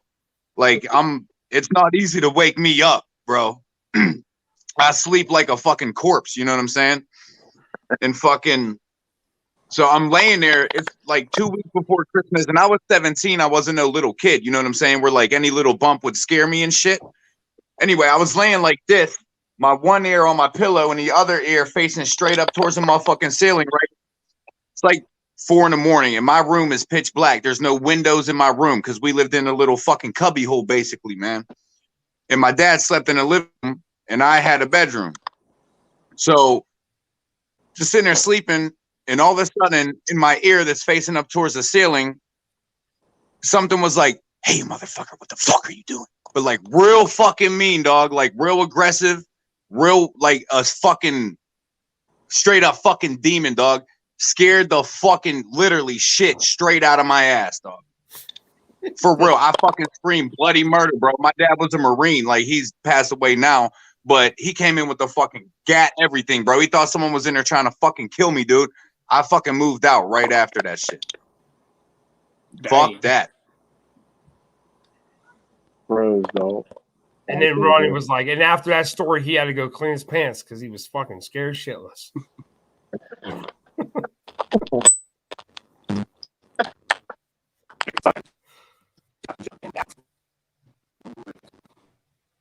Are you whispering? I can't hear nothing. Can anybody hear me? I can. We can hear you. Yeah, I can hear you, bro. Dawn, I can't hear you, brother. Do I gotta do something here?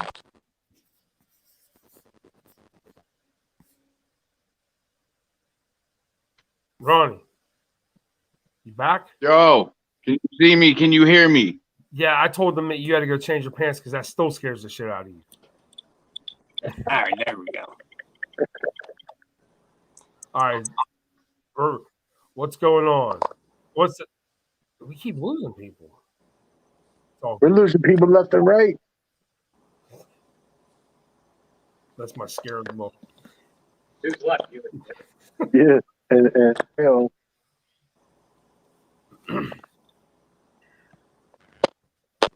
Let's see here. All right. So,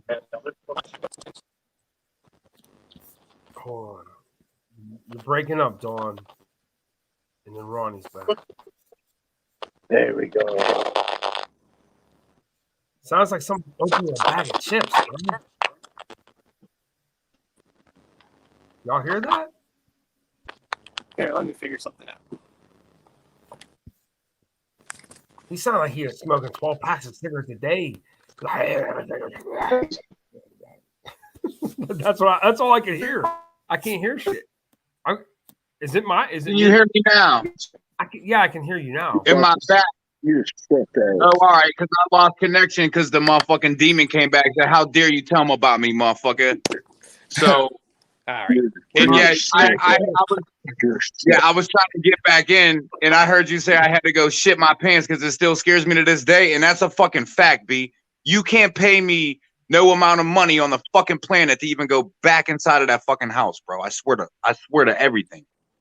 I wouldn't do it. I look you right now and say, fuck you to anyone. I'm not going there, dog. I'm sorry I whispered. Come on, bro. Straight up demon for real, bro.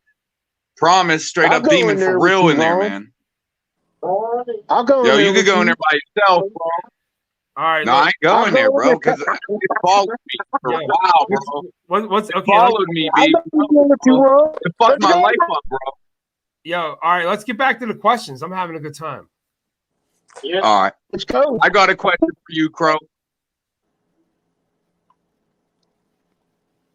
Okay. Do you really got a question for me? No, I already know pretty much everything, bro. He said I already know the answer. What is your favorite snack of choice? That's a good one. My favorite snack of choice? It's pretzels, bro. I know about it. You knew that. I got pretzels. I got some pretzels.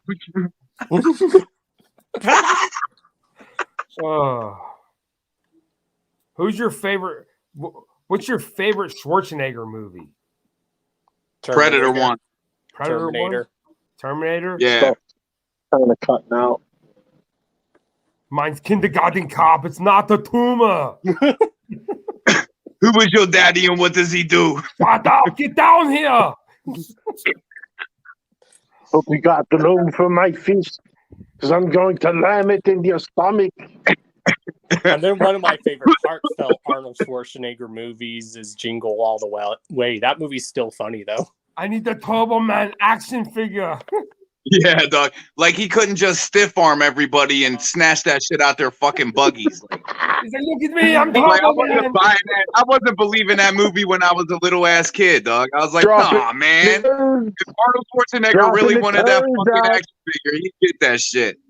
He probably hit a Taco Bell before he fucking did the show. One of the good things about Arnold Schwarzenegger is everyone knows him for an action star. I'm like, yeah, but he also has a good sense of humor in comedy movies. Oh yeah, hell yeah. Yeah, he also fucked his maid, which was pretty dope. You know what I'm saying? That shit was pretty dope. You know what I mean? Yeah, that's Ronnie. That's not Mac. When he's in like the Predator. I got love for Mac. Bro. Sorry to tell you, B. Good move, Arnold. I support you still, dog. Billy, come here. Get over here now. Give me a you don't have the power. The tinted window now.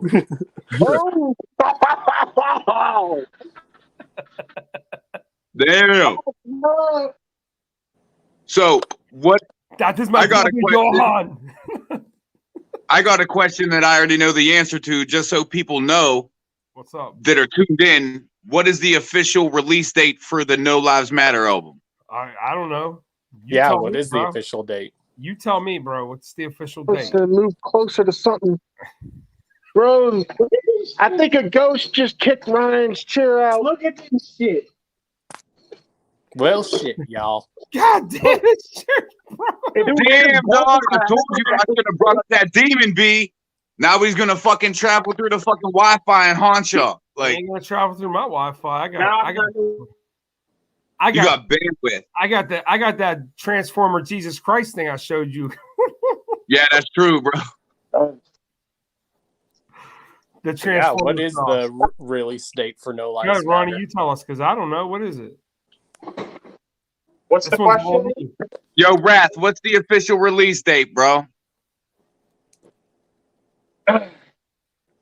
I mean, I can't say an official one, but I mean, I would want to do it in July for sure. Yeah. I mean, all we have to do is get mastered or whatever, and then yeah, you know, if we're getting CDs made and whatever, that's really it. I don't know how many days it takes. I'm gonna say July 31st. Is there 31 days in July? July 31st. Yeah. So that's the official date now. Yep. All right. Yeah, I'm cool with it. That's that official. It's reasonable. It's gonna happen. The fucking album's done, bro. It's so sick. Yeah. And y'all can expect all the social medias are being worked on, the web store, everything. Everything. Official as fuck. Hell yeah. And since we are on that, should we drop the major bomb on everyone? The major bomb. That nuke, that Tsar Bomba. Not that Mondo Duke bomb, but the major bomb. No, not no little M80 that the neighbor kid, the half special ed kid, blew his hand off with. We're talking about the one that almost cracked the earth in half. Well, that Tsar Bomba. I know the bomb. I know the bomb, and I know the secret. There is a secret going on here that nobody knows, right? Let's just say there's a man that's y'all are about to do business with, and yeah, who is y'all's manager? Who's our manager? Who's our manager? Ronnie, who's our manager? Is it the guy that's above you? Yeah, it is, dog. What's up, bro? It's not Jesus. It's not. No, he tried to manage us and fucking no. It's definitely Don Chaos, motherfucker. So give it up to my motherfucking manager, our motherfucking manager, your motherfucking manager. I know Don Chaos in the motherfucking house. We about July 31st. We about to manage. Be ready. We gotta manage this shit to the top. All I gotta say is y'all start watching videos. When we start filming videos, I'll be in them and I'll be sitting at my desk like Suge Knight with a big ass cigar. We'll be like Puff Daddy in our music videos, but dancing with a chainsaw and shit with fucking ligament falling off of that bitch. You know what I'm saying? Okay, another dope ass thing. So if people were out here and you're in the Pittsburgh area, they just opened up the Living Dead Museum out in Monroeville Mall, where the Dawn of the Dead movie was made. I want to go. July 2nd, 3rd, and 4th is the Living Dead weekend, and if people like the show The Walking Dead, Greg Nicotero, who is does a lot of producing and special effects for that show, is going to be there because it's supposed to be the 30th anniversary of Day of the Dead, but it's more than that, I believe now.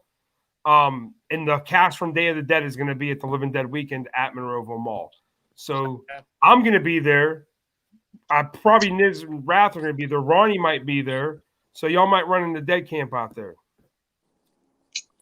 Yeah, Jay, I went to the Night of the Living Dead Museum the opening day. I went there. Went over in Monroeville. Yeah. Yeah, but did you know about the second, third, and fourth? Huh? Did you know about the bombshell that I just dropped? I thought that was the bombshell. Oh yeah. Oh yeah. Yeah, that's dope. I got another bombshell. Open that yourself. You guys want to hear it? Do it. All right. Well,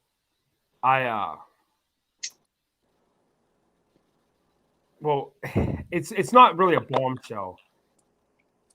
You guys do know what's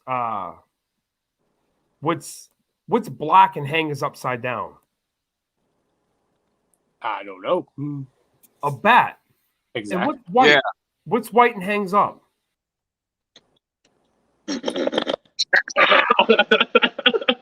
They scared him away, y'all. See what y'all done and did? You're funny, yeah.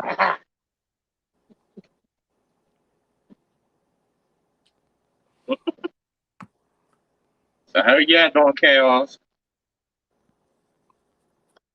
Yeah.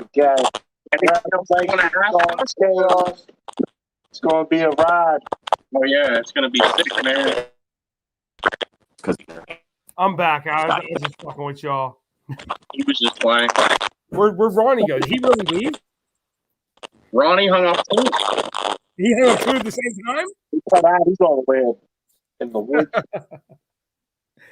Oh, damn, that was funny. So, anybody got any crazy gathering stories? Yeah, I think you have one, right? Yeah. Hey, Dawn, you want to hear any crazy stories before I really go? Hell yeah. What do you want to hear about? Actually, is anybody on the live? Does anybody have any questions for us? Someone was asking if you guys are getting your social media set. I'm like, yes, we are. Yeah. Yes, we are. Dawn's gonna be doing a lot of sick management now. We're definitely gonna have some shit now, right? Fuck well, yeah, now dude, that I'm their manager, y'all, I told them they all each need to have a social media for just DeadKamp, and then they need to have their each own individual social medias like separate. Yep. So it's all coming, y'all. So my name, Don Chaos, is living up to its name. I told y'all I'm putting my foot in other lanes, and now I'm managing a group, y'all. What? Fuck yeah. So if you guys want to interview these dudes, either hit one of them up or hit me up. And if you don't hit us up, your mom's a hoe. Hell yeah. Pokemon gang. What if their mom really is a hoe? Then I guess their mom's a hoe then. Probably. Yeah, just you see, you can get one of these dope ass official DeadKamp shirts. Eventually. There are some people out there that do have these right now that might even be listening. So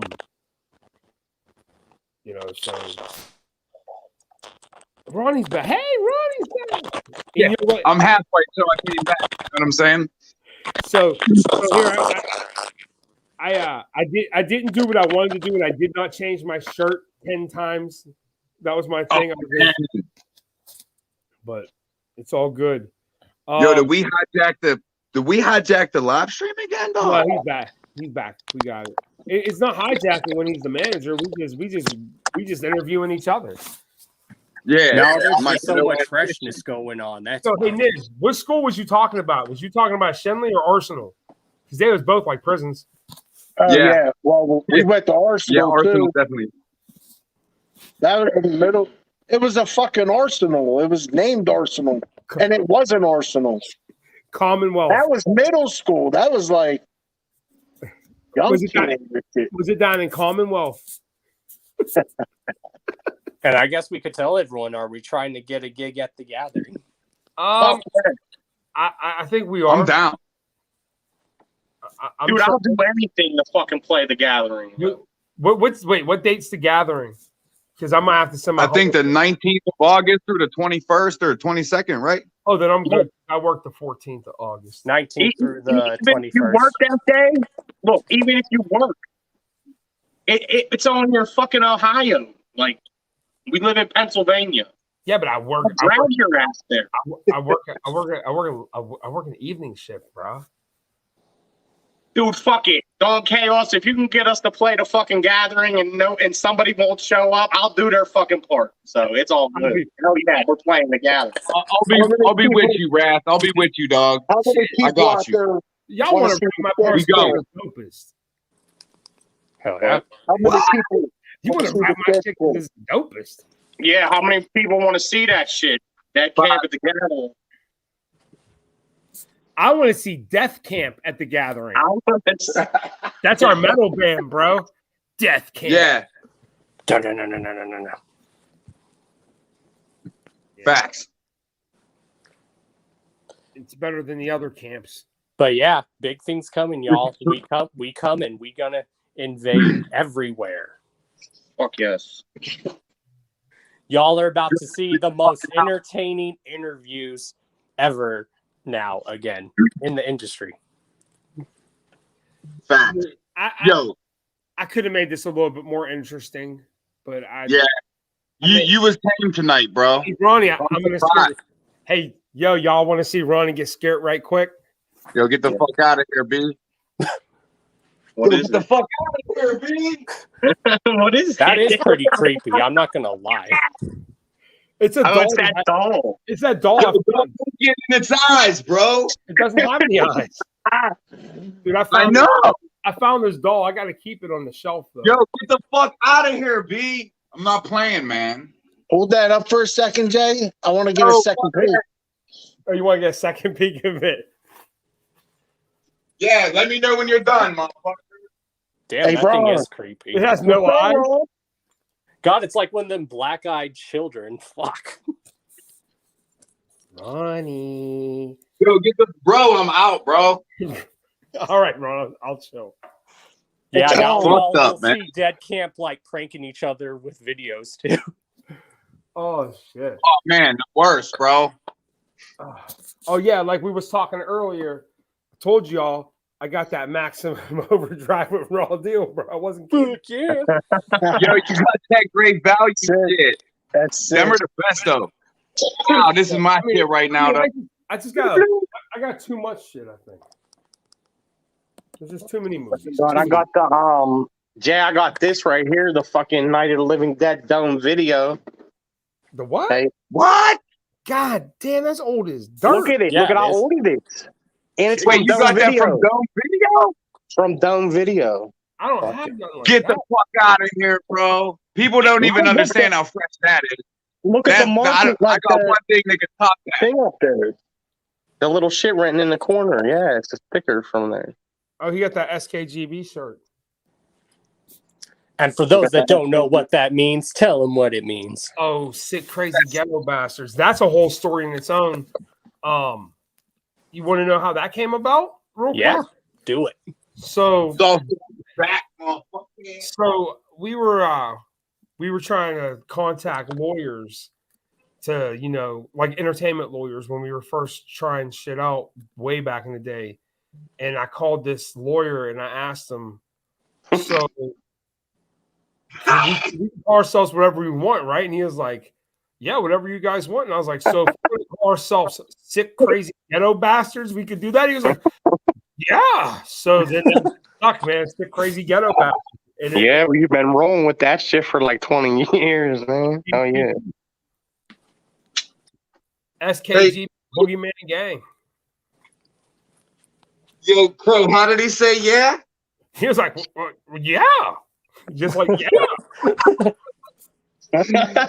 He was like, I literally asked him. I remember that shit. That's funny. I didn't remember that's how that came about, though. Sick, crazy gang. I was there. I was like, I was there, yeah. I called him on my Nokia cell phone. And don't laugh. You're no guy. Yeah, I played Snake on that shit. And my theme for that when it rang was inch. Yep, that used Everyone to be had that Nokia cell phone, bro. Shit, I had that great cricket. Dude, he had the Flip Razor. He had all those old phones. I had the Sidekick. But it had AIM on it, dog. AOL Instant Messenger. That was the shit back in the day. You had that shit?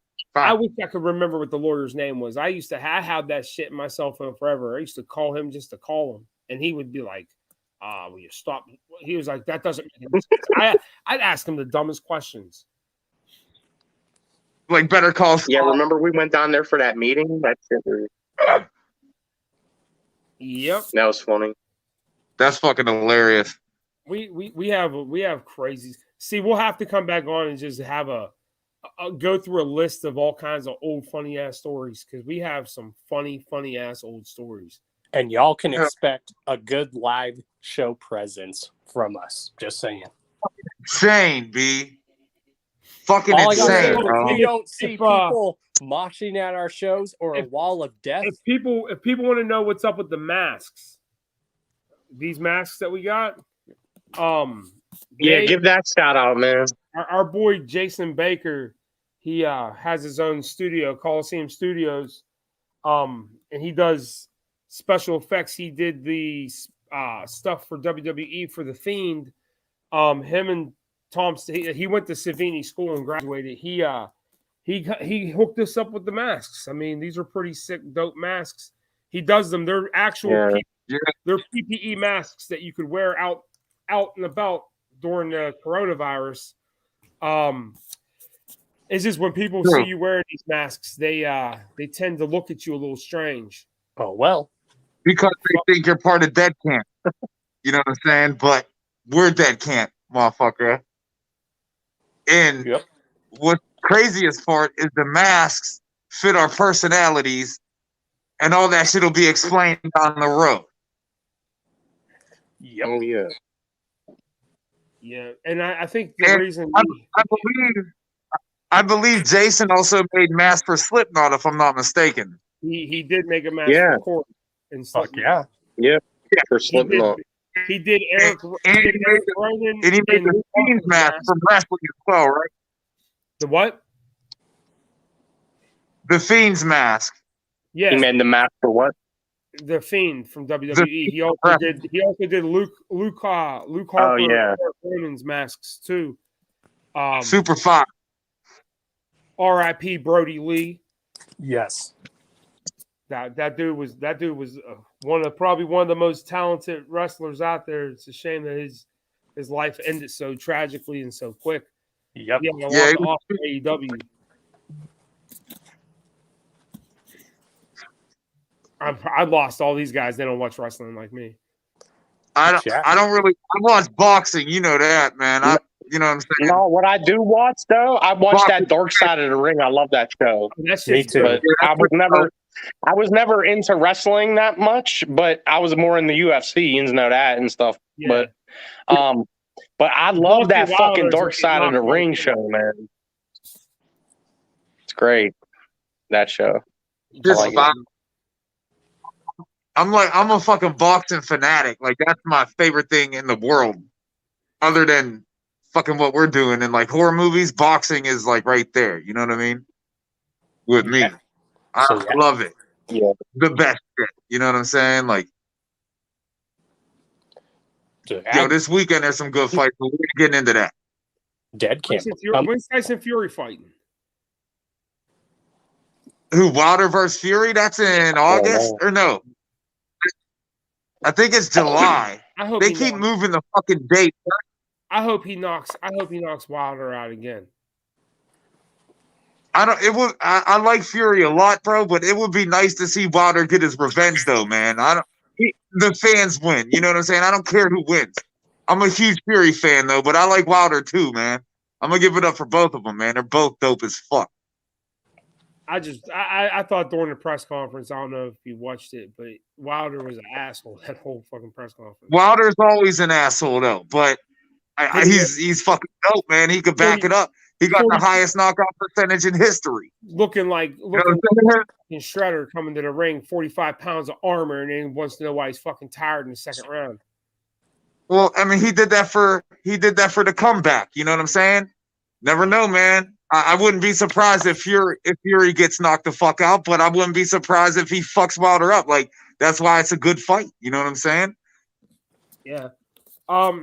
Anything else going on? What do Well, do y'all have any shout outs? And all I gotta say is DeadKamp, we coming, y'all.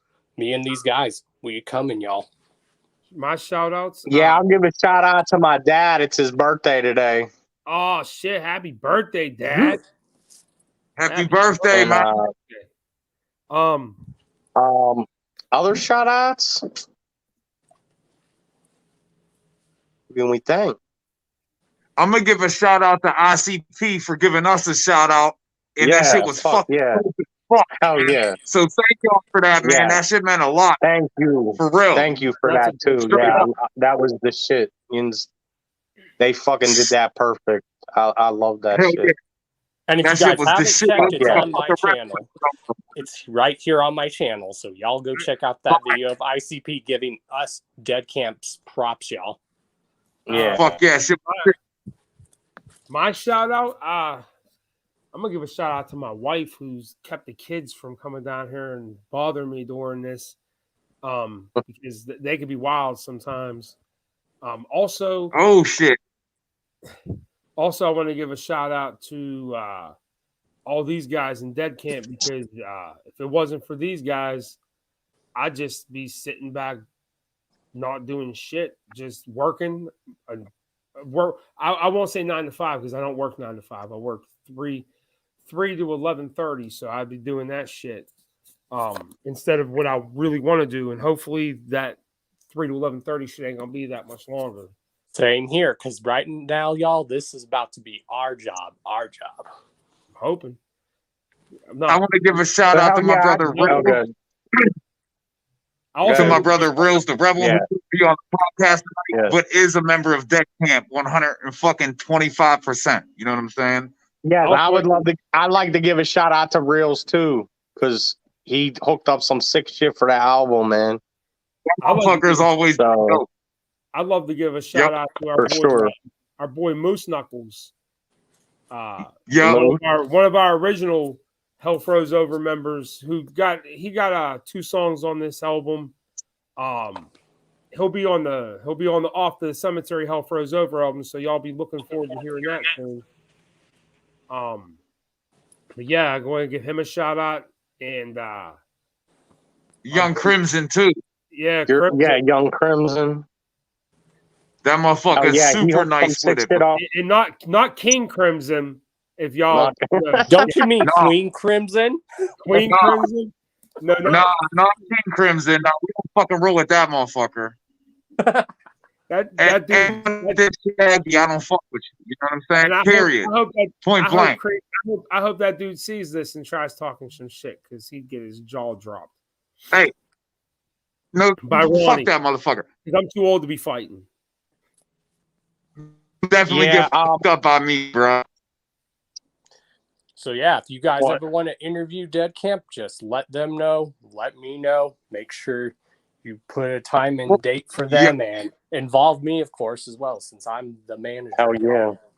You want any shout outs, Niz? I'd like to shout out my kids too, Ryan and Logan, and my wife, Nikki, for helping us do this shit too. Hey, my wife's name's Nikki. Yes, everybody's wife. Wait, when's your wife's birthday?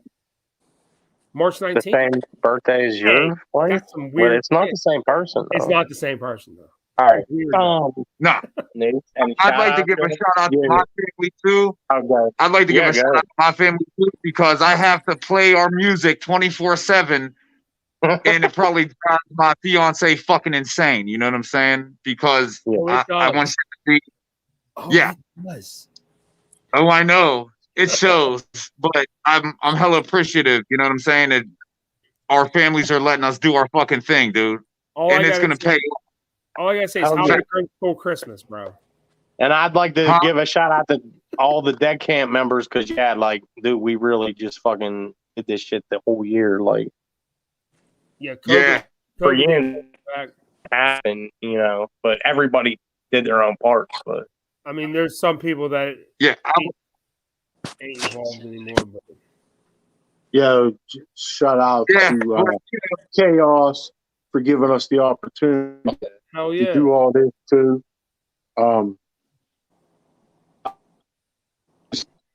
Horror influence that kept us, whether it's movie, everybody that's involved in the horror talks to y'all. Hell yeah. Just all families and shit, man. You know what I mean? So be looking out, y'all. Just be keeping your eyes on social media, and once these guys get all their social medias up, I'll send a lot of y'all the links to their social medias. Shout out to Fuck yeah, we're getting Beastmaster, it going. 22 Oh, balls yeah. as well, and Cali Green. My motherfucking homies from back in the day too. You know what I'm saying? Beastmaster, these dudes want to get on your show, and I am their man as their manager. Approves it. Yo, bro, we'll do a huge press run, bro. Put me on the Breakfast Club. Watch me stare at Charlamagne, make him uncomfortable. I'll just growl at him. Well, like I told y'all in another chat, let's go on the no jumper and intimidate Adam 22. I'll do it. No, that's not going. That wouldn't be too hard to do. And he seems like an alright dude. I fuck with him for real. So I do. I don't too. like Charlamagne though. He's just clearly a fucking hater ass racist. He don't like white people. Period. Unless Puff Daddy tells him to. Yeah. So if anyone thinks I have an issue with Adam 22, bro. So anyone who thinks I have an issue with Adam 22, no, I don't. A lot of my show is inspired based on this, but it's me giving props to people who deserve the props. Right. It's me putting people on this show who I know that have talent and deserve it. We get props. The crops? Like Children of the Corn type crops? No, Crocs like them holy ass sandals. I'm sorry, I'm hearing with my horror ears. I thought that you said crops like Children of the Corn type shit. Hey, I got a question for everyone if we still got some time. Yes. All right. Who is in the future, each member of DeadKamp, who is your dream collaboration down the road? There we go. Oh, that's easy. Go ahead, I'll let y'all go first. I want to go last on this one. You want me to? I mean, me, I would have to pick ICP. You know what I mean? I mean, they're the biggest influence on me in music. But that's who it would be for me. I don't know about Yins, but go ahead, Ronnie. Dude, I'm such a fucking mark for Be Real from Cypress Hill, bro. Like, it would be Be Real, bro. Like that's fucking shit. You know what I'm saying? What about Niz? Niz, who would what is it? The collaboration of that you pick somebody, anybody. Oh wow. Out of whatever. I guess it's probably still Bedlam. Dope. I want to do something with Bedlam. Bedlam? Is that with Prozac and Madness? And Hell yeah. And Staples? That would be dope. All right. Mine's Immortal Technique. Yeah. Oh, shit. Yeah, he's that dude, bro. That dude tells some sick-ass stories, and he's very political. And I think that he would collab great with us on some of our political issues. And then someone who I think we would love to work with, someone I would love to see us work with is, since I have connections with him and I could probably definitely make it happen, is Flatliners. Hell yeah. That one.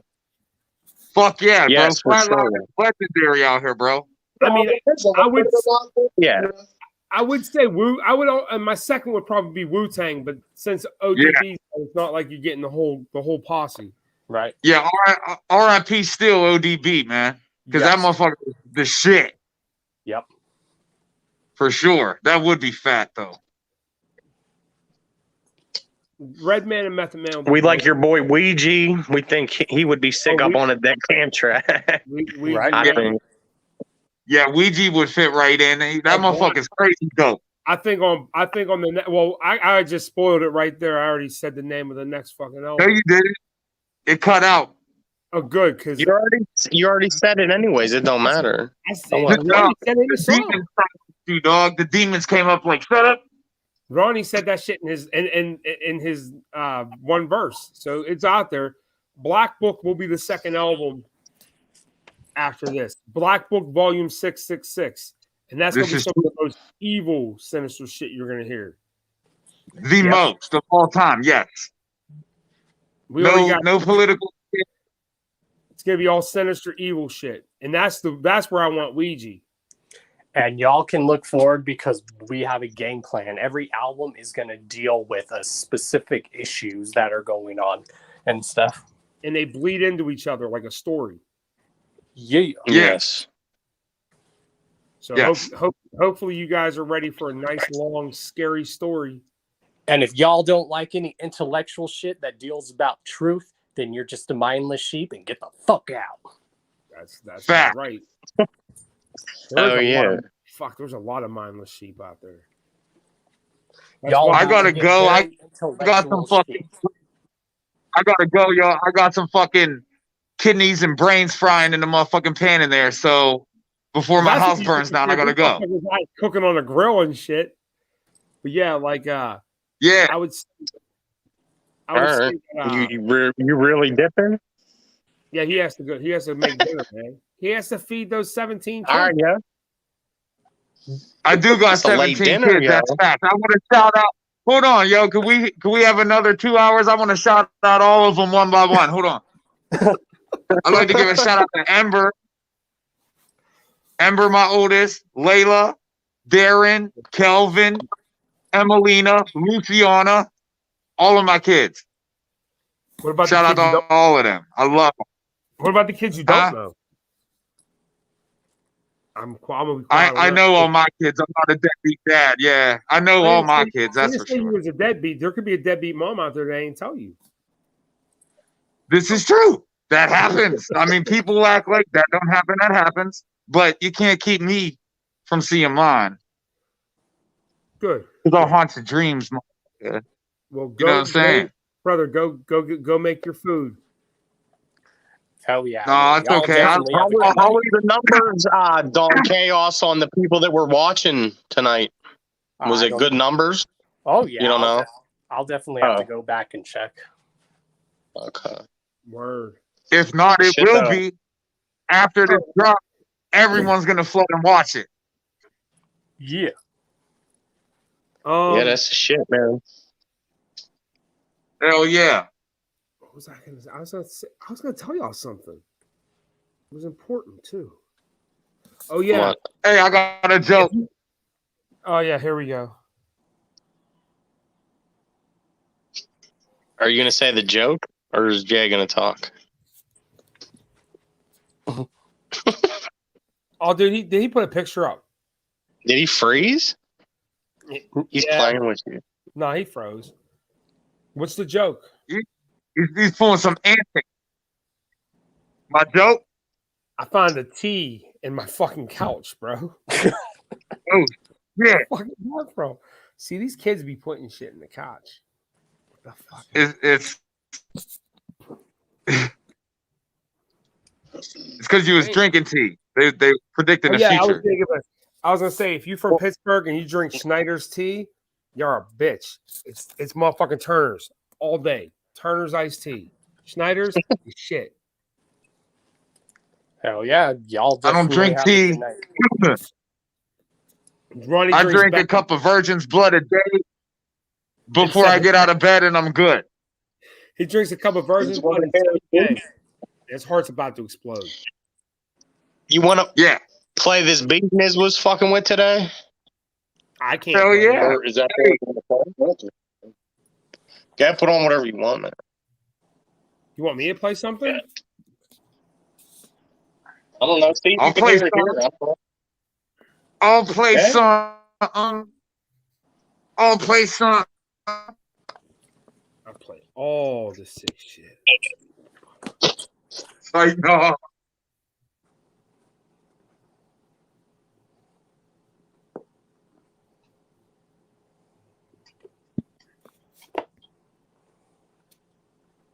What is this?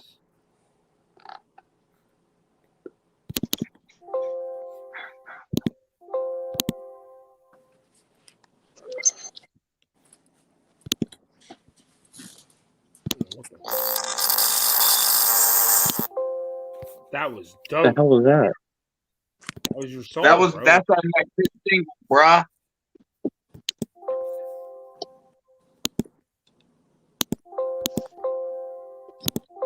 Yeah, my computer's straight acting. Y'all definitely have to play that for like the next interview. Yeah, Can you hear that? Yeah. Nah. Oh yeah, I do. Can you hear that? Yeah. That's dope.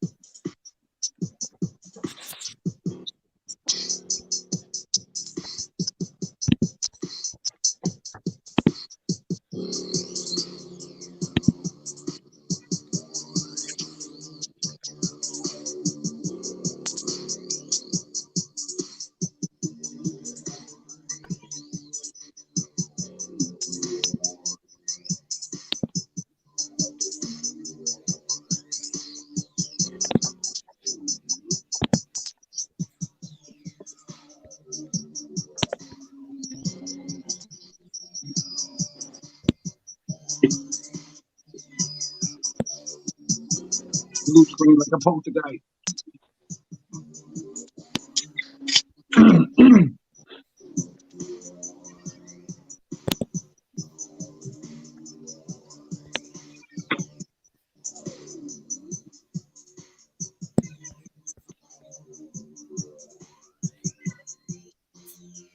Hey, yo.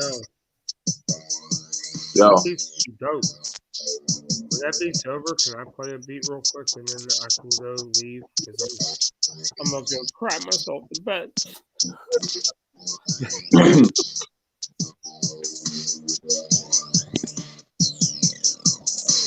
I got something special for y'all. You ready to hear it? Hell yeah. You want to hear it, Ryan? Oh, there's a problem playing it. Why is there a problem playing it? Because you're on the live stream, dog. Probably.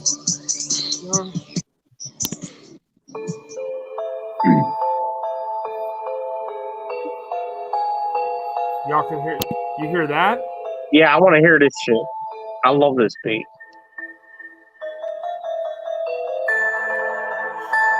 Yeah, that's thick as fuck.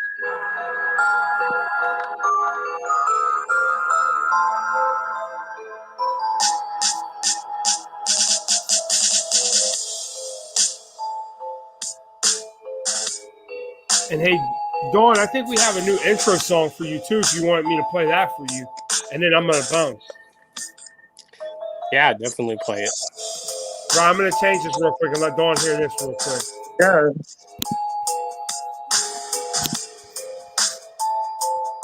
All right, I'm gonna play that and then I'm out, guys.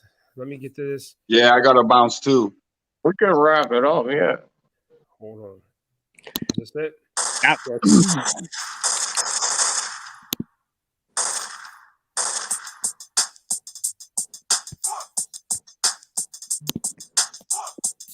This is for your hours of chaos, bro. Hell yeah, send that to Beastmaster and he'll like add it to the intro on here. Oh, we will. I'll send to Ronnie, let him fuck with it a little bit.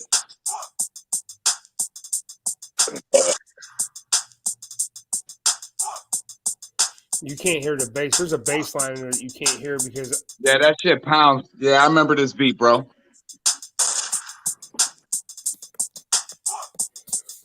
we never really did nothing to this beat. I sent it to my boy.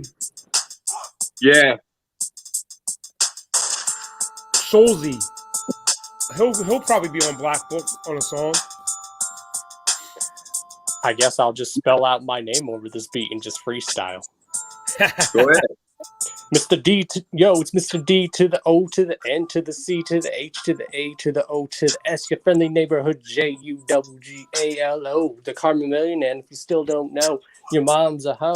Yeah. Yeah.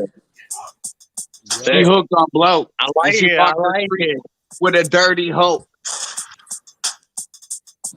It's the hours of chaos. It's the hours of chaos. It's the chaos hour. What? Huh? Huh? Huh? Yeah. Okay. All right, y'all. I'm going to turn this off and I'm out. All right, man. That was a sick-ass interview, man. I loved it. That was fun as hell. Yeah, it was dope, man. Thank you, Dawn. Yeah. Soon we'll be on again, brother. Let us know. Oh, yeah. So everyone, get at these guys because we're coming, y'all. Deuces. Fuck yeah. Thank you, Dawn, man. Appreciate this shit, man. Hell yeah. More interviews to come, y'all. Fuck yeah. Peace out, bro.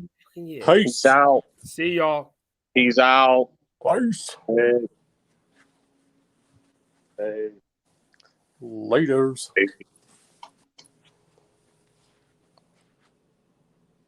You want me to play a beat real quick? Hell yeah. All right, let me pick one. All right. Let me get my shit situated.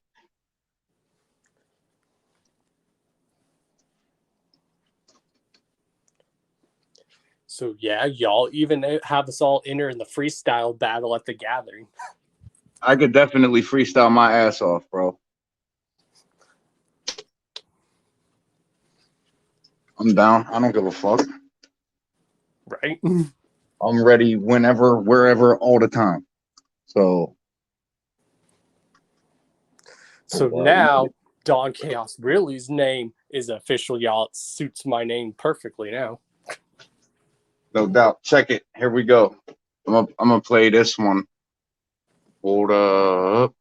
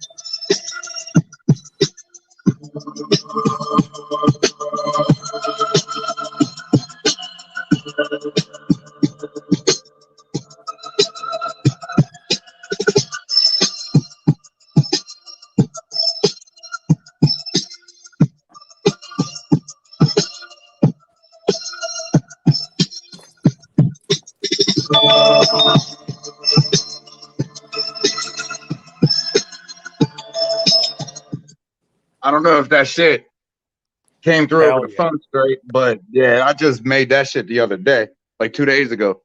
Hell yeah, that sounds like something that you'd hear in like the movie Tales from the Hood or something. Yeah, it's definitely a banger, bro, and it got a lot of energy. Like live, that shit would fucking make motherfuckers go crazy. But I gotta be out too, bro. Thanks for having us all on here, man. This shit meant a lot to us, man. Hell yeah, what better to have your guys' first interview than with your manager? No doubt, brother. Hit us up all day, all night, motherfucker. You know that. Hell yeah, y'all. So these guys are gonna get together on their social medias as well, and we'll start getting all that ready. Everything's dropping quickly. Hell yeah, y'all. Peace out, y'all. Peace. Hell yeah, y'all. And we have some more major bombs to drop. Oh, Charles Reeves with the Dawn chant. Oh, shit.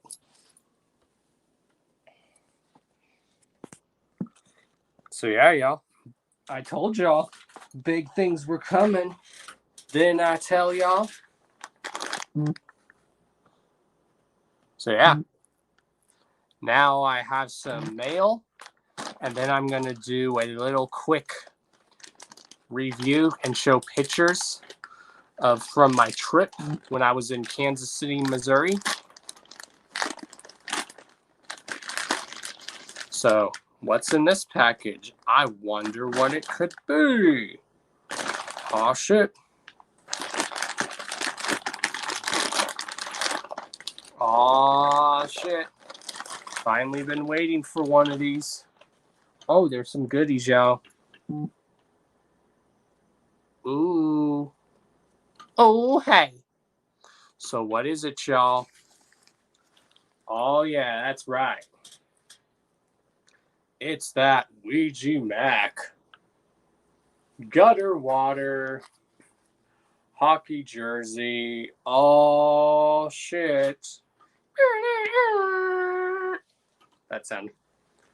Look, I've been waiting for these jerseys since The Gathering 2018. Since I seen Shaggy 2 Dope wearing these at The Gathering 2018, I've been waiting for these jerseys. And they're finally here. Look at that dopeness, y'all. So, yeah.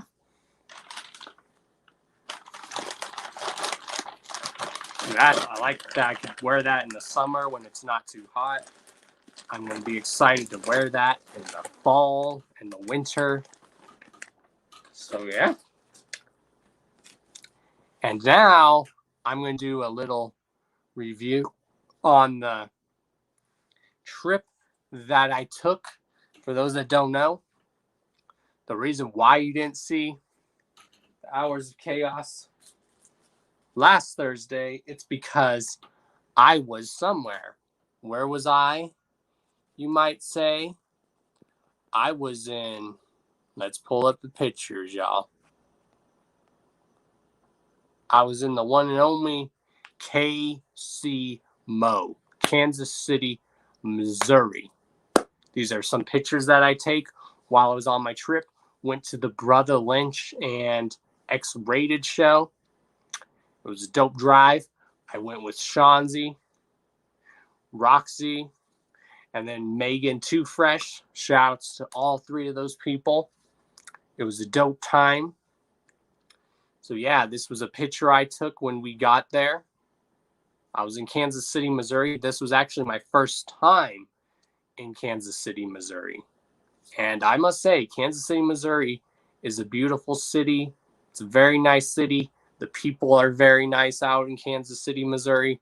Very friendly. Everyone is just so friendly and nice. So yeah, that's a picture I took on a little bit of the highway in Kansas City. That's like the Kansas City skyline y'all see. Got some more dope pictures to show y'all. This was like the day we were leaving, I believe. This was called ICs or something. It was a good Kansas City style barbecue joint. So yeah, I actually got to try some actual Kansas City style barbecue, which Kansas City style barbecue, y'all, puts my barbecue to shame. I thought my barbecue was good, but nothing beats Kansas City style barbecue. We went to actually 2 barbecue joints. So this place was called IC's, I think. But it was so good. Again, shouts to Roxy, Riddlebox, Shanzi, and Megan Too Fresh. Hung out with all 3 of them. We all kicked it. It was dope. We all partied, got drunk, and all that good old happy jazz. Here's another funny picture for those that get the joke. Oh, shit. Yeah.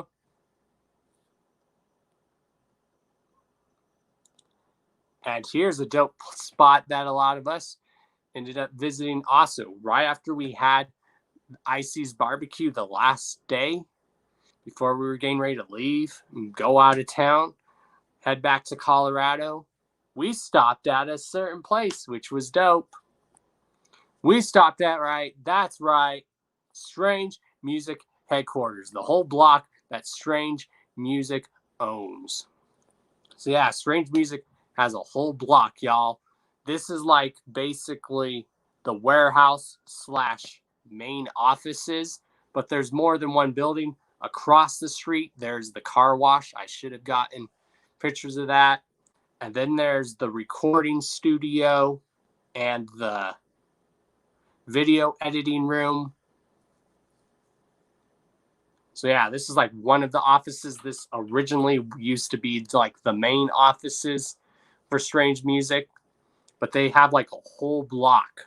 Strange Music has a whole block. This is just the main office, y'all. One of the main offices. This is the office that started it all. And in the back is like the warehouse where there's the tour buses. There's the tour buses. This is where I think the stage props are stored.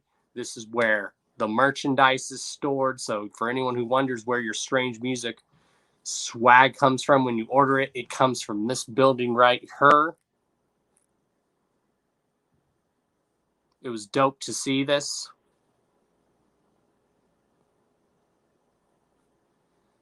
There's some more dope pictures of us outside the Strange Music gates, literally straight out the gate. Yeah, there's 2 gates on each side, and this is what you see on the gates is the Strange Music emblem, y'all. So fresh. And not only that, we didn't expect this to happen, so this made the experience visiting Strange Music headquarters even dope. We did not expect this, but we were just chilling, and guess who just comes around and chops it up and chats with me, Shanzi, and Roxy and Megan Too Fresh, who comes to the office and just happens to be at the office and comes and just chops it up and talks with us. The one and only Strange Music CEO, Travis O. Gwynn. Yeah, we did not expect that. So he just shows up and just chats it up with us, talks with us, has very cool conversation with us. So dope. Told us where all the other buildings were, like basically where the studio is. So basically Strange Music has a whole block, y'all, of buildings. Like they have a whole block area. That is dope. Again, that place where we're at, that's like the main offices. That's like where the tour stop buses are. That's where the merchandise is stored. That's where a lot of the stage props are stored. That's like the main offices and everything. But that was the original office as well. Now there's like a bunch of different buildings. There's like the car wash. Then there's the recording studio, which is a big ass building / video editing room. So it was dope. Hell yes. We did not expect Travis to just be there and just chop it up with us. It was dope, y'all. And him telling us where all the other buildings were. It was dope. And he was like, oh, where are y'all from? Because if you guys watch interviews, Travis always says how, and Tech always say that they always come across fans that are like doing tours and stuff of like the buildings. And they always are curious of how far people come to see that. And it was dope. So yeah, it was dope seeing Travis. Did not expect that. That just made visiting Strange Music very more dope that Travis came and talked with us. He just so happened to be there, which was dope. So yeah, and then we had some one of the first nights we were there, we had some very dope chicken and waffles, y'all. There was this very good chicken and waffles place. Look at that. That's what I just had plain chicken and waffles, y'all. That was some dopeness. Goodness right there. Do we have some more pictures? We do. Yeah. And then we have one more picture. And then we have the announcement of our next guest. We had the one and only famous Gates Barbecue. Yeah. So good. So delicious. I did bring home a bottle of Kansas City style Gates Barbecue. We actually bought two. I have one. Roxy has the other. The other is just plain Gates Barbecue. The other is like sweet and spicy, which is my favorite one. So yeah.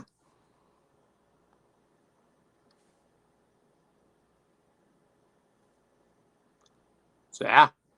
And now we are going to do. Are you guys ready for your jaws to be dropped? Because we are about to announce. And make sure you keep an eye on my social medias. Next week on the Hours of Chaos podcast. Get ready. Are you guys ready?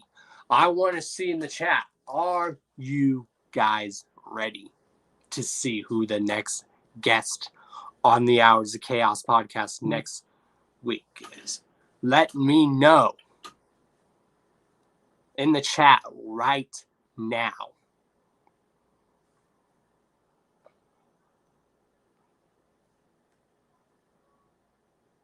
Are you guys ready? Okay. Our guest for next week on the Hours of Chaos podcast, episode 134. Our next guest is going to be, drum roll please,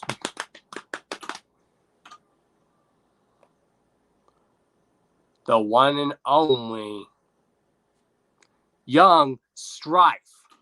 That is right, y'all.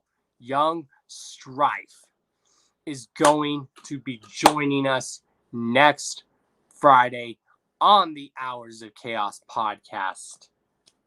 So, yeah, you guys already know who I am. I am Mr. D to the O to the N to the C to the H to the A to the O to the S, your friendly neighborhood JUGGALO, the Karma Millionaire. If you don't know, now you know. Also, your host for the Hours of Chaos podcast. And now, the official manager for DeadKamp. I told y'all big things were coming. I'm now an official manager. Don Chaos is getting his foot in the music industry now with managing, so hell yeah. Y'all are awesome, and I will see you guys next time. Again, next Thursday. We will be joined by Young Strife, y'all. Yeah. Young Strife joins us on the Hours of Chaos podcast next Thursday. Oh, yeah. And I will see you guys tomorrow for a little hangout stream. Or possibly even the Hours of Chaos after show. So immediately after this is the after show. I'm your host, Don Chaos, and now the official manager of DeadKamp. Shouts to DeadKamp, the Boogeyman Gang, the Boogie Ladies, and yeah. Also, the Sick Crazy Ghetto Bastards. Also, we coming, y'all. We coming. See y'all in a bit for the after show. Peace.